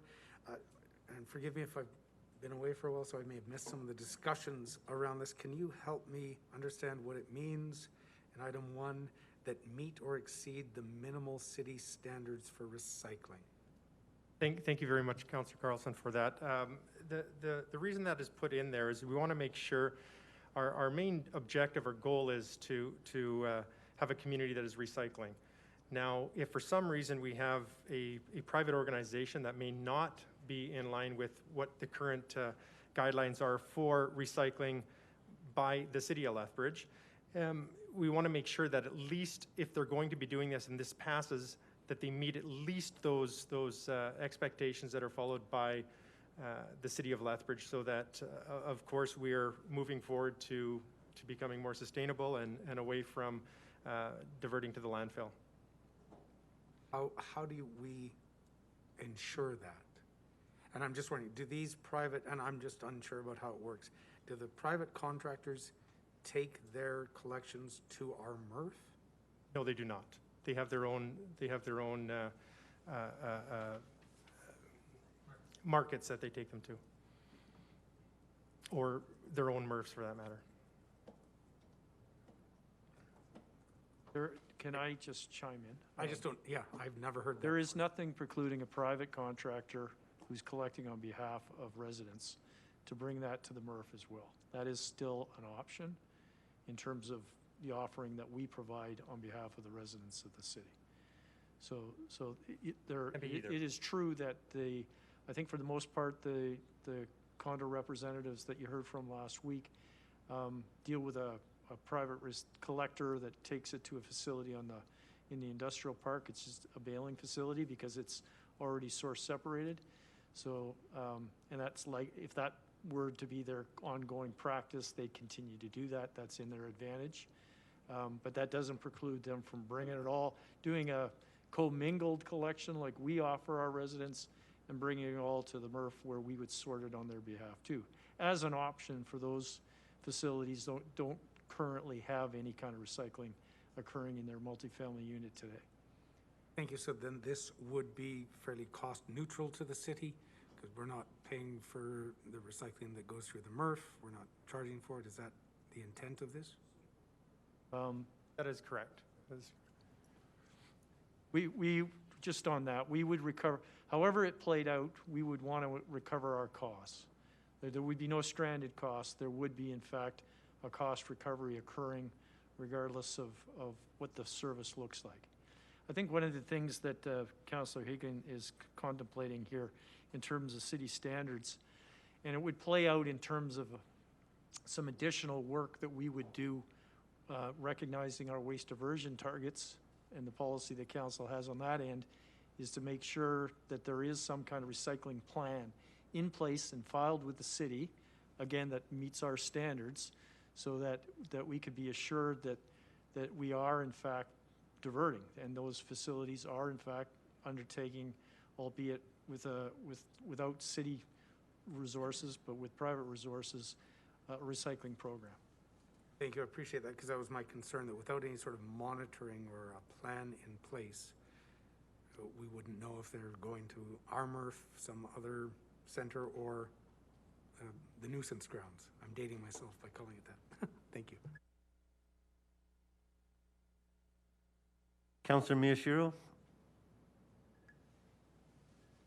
Thanks, Mr. Chairman. I think my question was answered.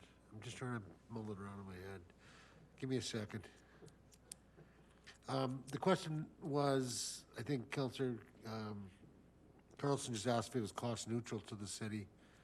And I guess the question I would have not is it cost neutral. It's if we're not including the large condominium buildings in our calculation for pickup, does that increase the cost to the rest of the city, or is it, if it's cost neutral, that means it doesn't increase any cost to the city or actually reduces some of our costs because we're not picking up at those places?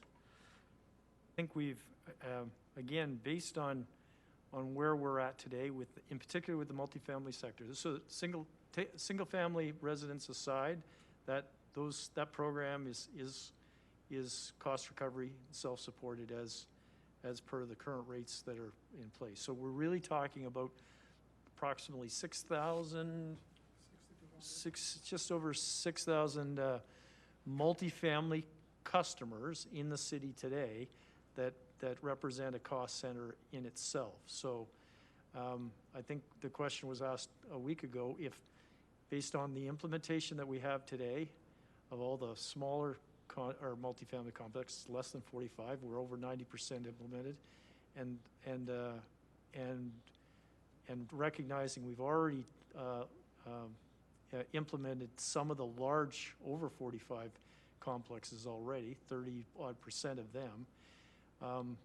If we, based on our current projected budget for that, for all of the multifamily, less than and greater than 45 units, we would potentially have a $150,000 hole in our budget not covered by this particular group of customers. So we're going to have to look at that, and I think we will look at that regardless of how the vote goes today, to make sure that we know what in fact the budget impact is, and that those costs are recovered. The long and short of it is, if there is $100,000 or $200,000 of costs that are attributable, and we now have some 1,000 fewer customers, the other multifamily customers are going to be impacted in the long run, and there may be a rate impact there. We have not quantified that because, again, council hasn't made a decision to allow any opt-out at this particular point. The minute you make a decision to opt out, we've got to reassess our financial analysis for that multifamily sector and make sure we can communicate back to you what the impact is on that $7 a month that we've already established per customer or per unit as part of our current program. Thank you very much. That's good. Councillor Campbell? Thank you to the mover, or perhaps Doug. I'm in favor of, I'd like to see private industries continuing on, and just depending on how this goes, if more and more condos want to use private industry, is there a potential to overwhelm what they're able to do for those condos? That's something that I could not answer. I know that there was multiple different companies that were offering their service before. We'd actually brought in curbside recycling at a residential level, and many of them were asked to divert to a different model for collecting, and so they did a lot of these the larger complexes that were not part of it at the time, and so there may still be out there. I wish I could answer that. I don't know the answer to that without guessing what that might look like. But currently, there's I know that they're always looking for more work, and there's availability for that out there. Okay, thank you. Any further questions from council? Just, we have been, just further to that question, because we do work closely with the waste management industry, collectors, haulers, processors. It is our assessment that there, while there is capacity, there is service providers today, it is extremely limited. And it will be difficult in the near term for all of the over 45 unit properties to actually find a service provider based on the current service providers that are available in the community right now. Because, and again, recognizing that while the Sierras and some of these properties are very proactive, the vast majority of multifamily complexes were not doing any recycling until council implemented a municipal program. So there will be a capacity problem. And so it'll be part of the nuance here that we'll have to consider is, okay, to what extent are we going to allow people not to go searching for a provider? And if the market doesn't pick up to fill in the gap, then what do? Do we fill that gap and impose the municipal program on those? Your waste diversion policy would suggest that that would be necessary. So it's just a couple things to think. Okay. Any further questions?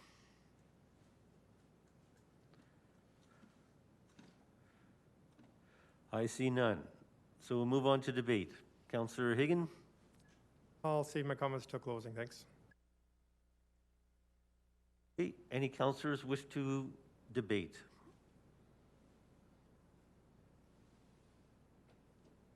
I see none. Councillor Crowson. Thank you, Mayor Spearman. It's not so much a debate. It's just I want to be clear that if this is passed, this is only to draft bylaw amendments that would then have to be passed. So this isn't, if this is passed, this is looking into things more, not a promise that the amendments will eventually be passed. So I will be supporting this because I do like the best information. I do like to make decisions based on what we know.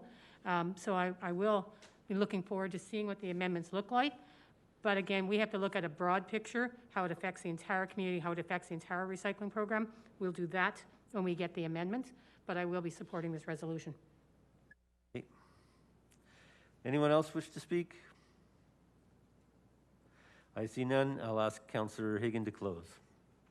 Thank you very much, Mr. Spearman. I do have some comments that I put together over this weekend here, and I just want to go through them, and I'll be just reading them out so I don't miss something. We've had a few discussions there where a short time ago, Mr. Sanchez was quoted on the radio as saying it was unfair that condo owners did not have to use the city's curbside recycling plan, and as a result, the homeowners using it would end up paying more. So is it fair that all homeowners are forced to pay for residential curbside recycling when the city has 3 recycling depots that the citizens have already paid for and were making use of? Is it fair that citizens must pay the fee for every month, even if they're away for a month and don't put their bins out that month? Is it fair that citizens must pay the full fee every month, even if they only put their blue bin out once or twice each month? Is it fair that a single person household pays the same fee as a family of 4, even though they likely generate far less waste? Is it fair that industrial, commercial, and institutional sectors, ICI, have seen a massive increase in disposal charges in an attempt to encourage them to recycle? If our system is about fairness, then we should be looking at a whole lot of things we do and charge for.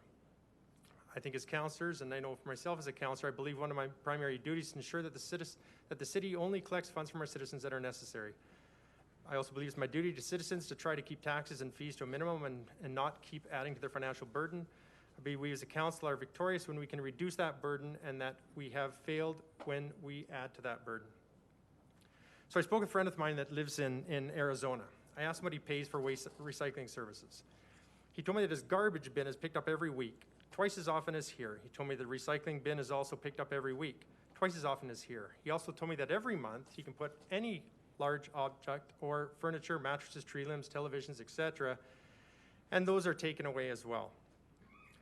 He told me he gets all of those services for a fee of $21.47 US a month, with the exchange is about $28 Canadian. Arizona gets less. In Scottsdale, he gets more than double the service he gets here in Lethbridge, including the scheduled monthly pickup and brush and bulk items.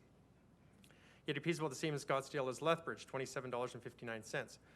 Perhaps you'd be better off to study cities like Scottsdale and others to see why they are able to charge so much less for the services than Lethbridge, rather than make yet another cash grab by forcing condo owners onto our expensive recycling service.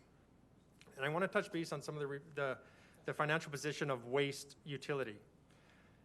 Curious as to how the city is faring in regards to the ICI sector. So earlier we had a discussion about what the change was there, and that we're starting to charge more on a yearly basis to try to have those individuals move more along to the line of recycling. The sectors have faced annual increases for many recent years. I believe they've almost doubled in the past 6 years, and that's what I'd have to get confirmed. Council at the time agreed with the city's recommendation to implement huge increases for the ICI sector in an effort to reduce landfill waste from that sector. Wondering if those increases have led to an equally large reduction in waste from that sector, such as the city is revenue neutral or perhaps even is fiscally lost, thereby requiring us to make more cash from the condo owners. I'm concerned that the opposite is likely true, and that the city's net position has resulted in substantial extra cash for the landfill, and therefore I'm wondering why we even need more cash from the condo owners. Where is this other money going? I'm not expecting some answers today, but I'd like administration to provide council with a clear, easy to understand summary of the revenues and direct costs of the landfill operations and the recycling operations over the past 10 years or more. I'd like them to include a variety of metrics showing the trends in this area, such as how waste has been reduced from the ICI sector as a result of the massive tipping fee increases that council approved years ago. I'd like to know if we are achieving the goals that we set out to when we started all of the changes and substantial fee increases for residents and the ICI sector. So before I go ahead and once again see this council increase costs for residents or businesses, I want to know if it's absolutely necessary, and more importantly, I want to believe it'll be effective and know that it has been effective in the past. So I'd like to ask that the information be provided to us in such a fashion that we have time to digest it, if that is the direction of council. I'd ask that it be shared with all the citizens through our social media and websites so that we may provide feedback as satisfaction concerns with the costs and direction we're taking in this area. We spend a tremendous amount of money on the 3 recycling depots. We have a tremendous amount of money on our curbside recycling program and MRF facility. I realize that adding condo owners to the existing system may seem like a small item, for which I am sounding a large alarm. For myself and for citizens that have reached out to me personally, this is the proverbial straw that has broken the camel's back. Let's focus on reducing costs instead of increasing revenues. So I would ask for council support in this resolution. Okay, question has been called. All in favor? Councillor Morrow? In favor. Any opposed? Okay, that motion carries unanimously. We'll now go on to 6.3.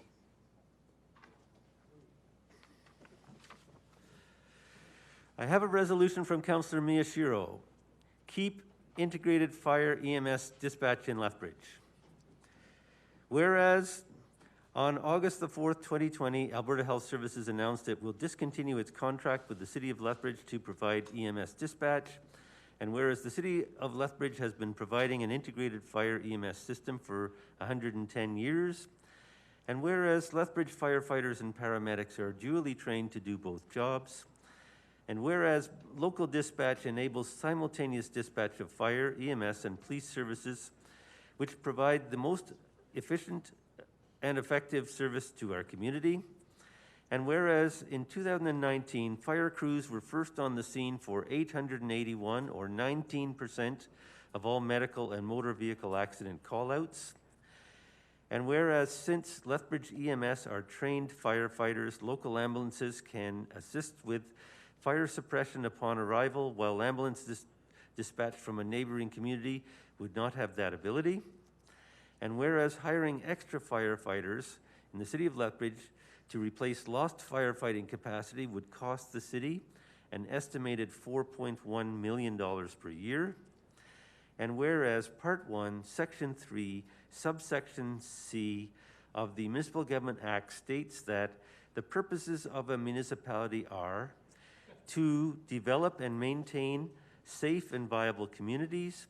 And whereas the City of Lethbridge partners with other municipalities and provides EMS dispatch with regional scope, therefore be it resolved that Lethbridge City Council affirms its opposition to Alberta Health Services' decision to discontinue its contract for EMS dispatch with the City of Lethbridge, and further be it resolved that on behalf of City Council, the Mayor send a formal request to Alberta Health Services and the provincial government urging them to continue with local dispatch of EMS services. Councillor Miyashiro? Thank you very much, Mayor Spearman. It seems that every couple governments have this dislike for the kind of systems we have in several communities in our province. So when I was first elected in 2013, we looked at, we're in the midst of an ambulance transition. We thought the province was going to take over the ambulances at that point, where a lot of lobbying and discussion with the AHS actually had them reverse their decision. And they realized the effectiveness of having a local dispatch plus a duly trained EMS firefighter crew. And now we're at the same position again, where the provincial government is saying a bunch of things that are pretty much unfounded, and they're touting that it's not a cost-saving measure, although the $6 million is a drop in the bucket for a budget the size of the provincial government's. And they're also touting efficiency and effectiveness, which we know and has been proven that the system we have here in Wood Buffalo and Calgary are ones that actually have a faster response and more efficient services.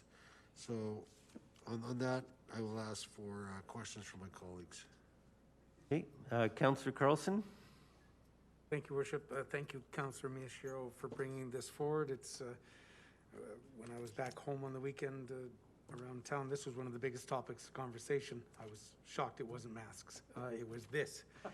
People wanted to talk to me about, people are concerned, people are worried, and they don't know what is happening. So thank you for bringing this forward.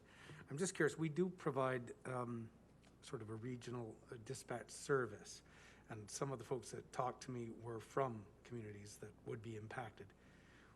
Would it help this argument to write to those communities, those mayors, councils, reeves, and ask for their support as well? Further to that, write to our MLAs and the MLAs of those communities for their support? I think Mayor Spearman has received some That's letters. already been done, and we've already got at least 5 letters back from local communities. We could, by the time everything's done, could have more than 15. Excellent. And the Mayors and Reeves, as a group representing 40 communities, have issued a letter of support. Really appreciate hearing that. Thank you. Further to what Councillor Miyashiro has said, and I'll phrase it in the form of a question. Do you know that 4 previous health ministers overturned this decision? Health Minister Iris Evans overturned the AHS decision in 2009. Fred Horn overturned the decision in 2014 as member of the PC government. Stephen Mandel overturned the decision in 2016, and Health Minister Sarah Hoffman, or 15 Stephen Mandel, and 2016 Health Minister Sarah Hoffman overturned the AHS decision. So here it is appearing, the same recommendation from Alberta Health Services for the 5th time in 11 years. And really nothing has changed. I think we all are aware of the work that's done both in the city and in the region by our integrated health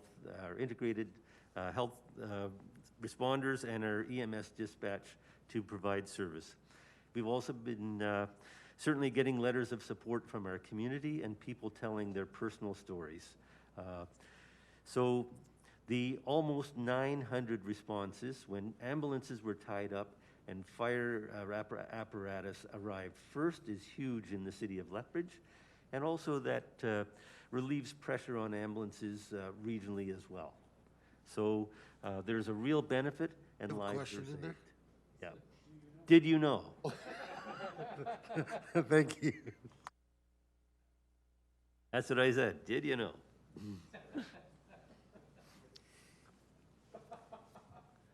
Anybody else?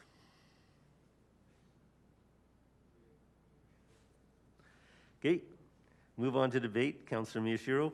Thank you, Mayor Spearman. I'll just say thank you for reaffirming that every provincial government in the last, since 2009 has had to address this issue. So I will not open, I will close. Okay, I'll be supporting this motion. I think everybody, both the provincial government and ourselves, we will all want the best patient outcomes. I think we all want financial efficiencies. The Ernst & Young report only talked about what the savings would be to AHS and didn't consider the added cost to municipalities, which far exceed those savings at EHS. And they didn't consider the operational efficiencies. So when a call comes into a dispatch center and the person receiving the dispatch can turn around and say, this incident needs not only ambulances, it also needs fire, or it also needs police. Seconds are saved and lives are saved. So it's the efficiencies that we provide to our community. So I will be supporting this resolution. Anybody else?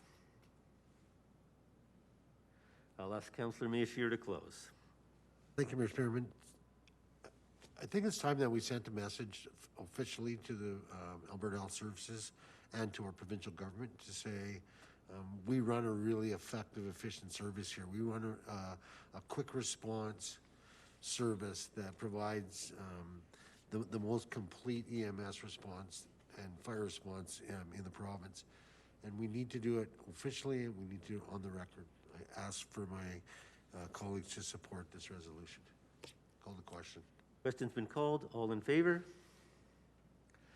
Councillor Miyashiro? Councillor Morrow? Favor. Okay, it's unanimous. Kind of a day.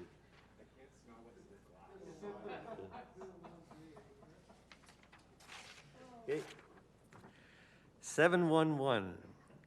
Okay, this is bylaw 6236, area redevelopment plan adoption, Westminster area redevelopment plan. And the mover will be who? Councillor Croson.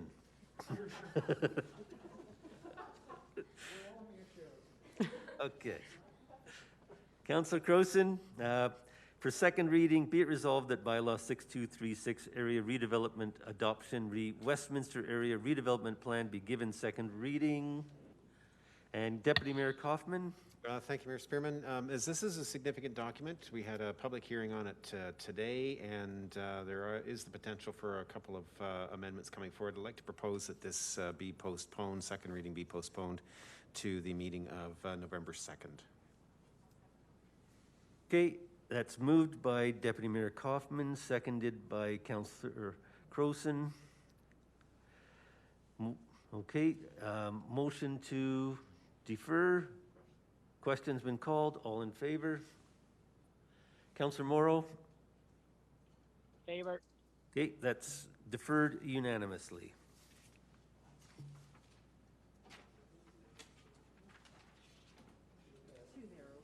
Okay. Okay, bylaw 6240, electric transmission of assessment and taxation documents bylaw. From Councillor Miyashiro for second reading, be it resolved that bylaw 6240, electronic transmission of assessment and taxation documents bylaw be given second reading. Councillor Miyashiro. Thank you, Mayor Spearman. This brings us into the 21st century in sending out tax notices as well as assessments. I would just ask council, if you've read the bylaw, it makes a lot of sense. It has safeguards, and I'm open for questions. Any questions from councillors? I see none.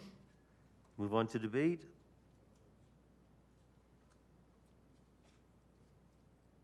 No debate. No debate? Call the question. Question's been called. All in favor? Councillor Morrow?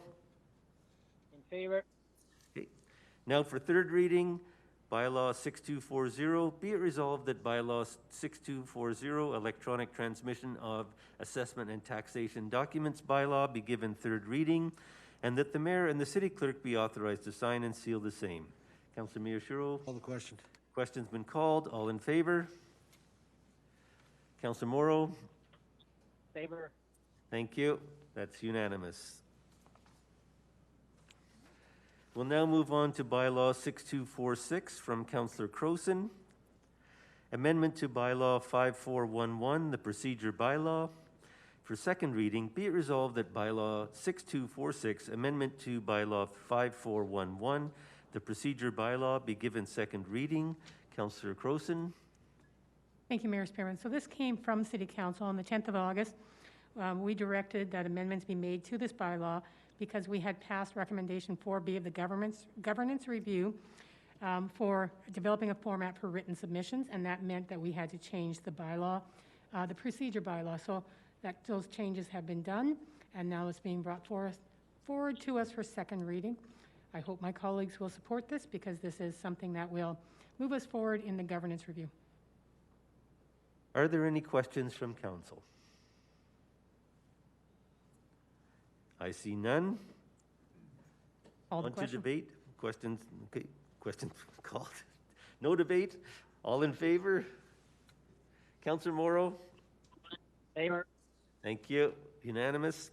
And for third reading from Councillor Crowson, be it resolved that bylaw 6246, amendment to bylaw 5411, the procedure bylaw, be given third reading, and the mayor and the city clerk be authorized to sign and seal the same. Councillor Question. Crowson? Question's been called. All in favor? Opposed? Councillor Morrow? Favor. Okay, thank you. Yeah. Okay. We'll now move on to inquiries. I submitted an inquiry to administration regarding 43rd Street North speed limit revisions.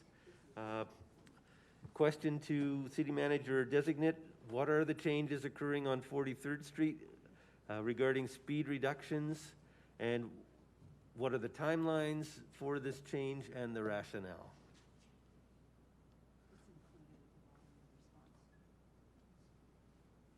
Your package, your agenda package included a detailed response to those inquiries, Mr. Mayor.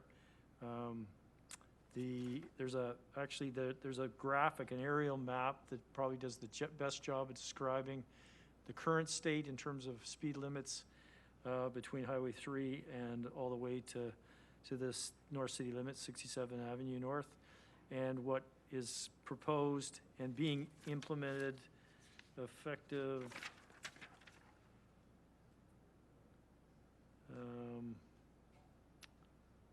what was the date? Yeah, it's already in place. Yeah, we had put up, electronic signboards notifying of the change and installed 21 odd signs and now those speed limits are in effect. There was also some notification that went out to a number of the adjacent businesses in that area as well. So those changes, effectively what you have is uniform 60 kilometer per hour speed limit from Highway 2 all the way, or sorry, Highway 3 on the north end, or the south end of this stretch of 43rd, all the way to 67th Avenue past Cavendish. That is consistent with how we've been treating other arterial roads, whether it's Scenic Drive, University, Métis. And consistency is important in terms of driver behavior. We also included some collision stats here too to show over the last 5 years. What we've experienced in that stretch as far as collisions are concerned. And it's a known fact that reduced speed is always the best measure for reducing accidents or collisions on a particular stretch of roadway. As well, one of the biggest drivers is this is becoming a busier stretch of road, in particular because of Cavendish on the north end.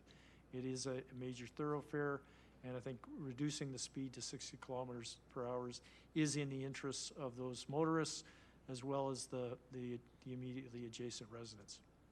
So that's what we have done. So the beyond 24th Avenue, there's a long gap out to 67th where Cavendish is pretty much. So it's almost like two different types of road, and before it was 80 kilometers after, 24th, and now it's gone from 80 to 60, even though there's next to nothing beyond 24th out to 67th. Does it make sense to lower the speed limit down to 60? And it just seems like maybe a tax on the people that work at Cavendish, right? They see that lowering of the speed limit from 80 to 60 as keeping them from getting to work. It's an abrupt change. Is there a rationale? Were most of the accidents between 24th Avenue and 67th? They've been distributed. Most of the accidents occur at intersections. Again, it's a function of consistency, though.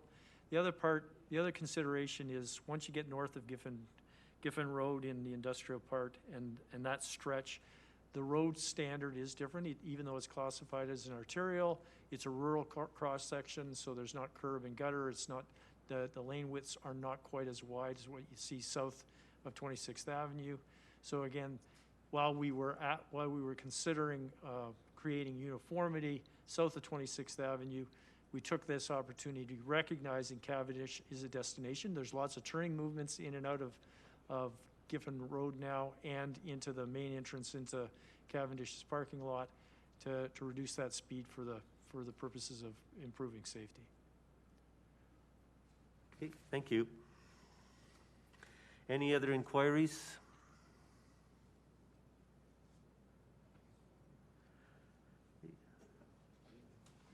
City Council updates.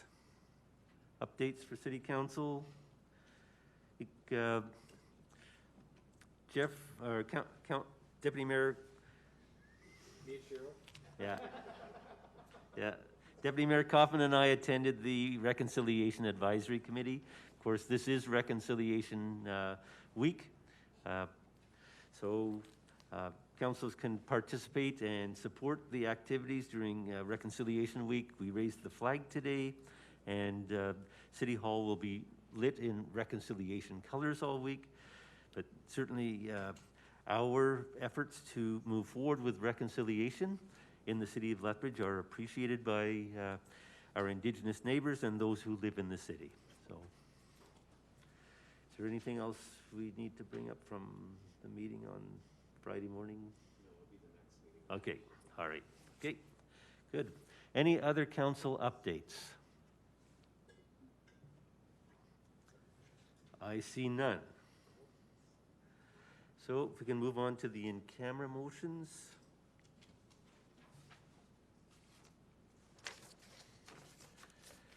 I have a motion from Councillor Morrow Closed meeting omnibus motion. 10.1, 10.2, 10.3, 10.4, 10.5, and 10.6. Be it resolved that council direct that the closed meeting discussions, reports, presentations, and documents with respect to City Council boards, commissions, and committees, request for waiver, operational review update, Investing in Canada Infrastructure Program, ICIP, Community Wellbeing Task Force, and Team Lethbridge meeting update remain confidential pursuant to Section 16, harmful to business interests of a third party, 19, confidential evaluations, 21, harmful to intergovernmental relations, 23, local public body and confidences, 24, advice from officials, 25, harm to economic interests of a public body, and 27, privileged legal of the Freedom of Information and Protection of Privacy Act. Councillor Morrow? Question. Question's been called. All in favor? Any opposed? Okay, thank you. And adjournment from Councillor Campbell, that we do now adjourn the regular meeting of City Council until October the 5th, 2020. Question. Question's been called. All in favor? Councillor Morrow? Favor? Okay, thank you.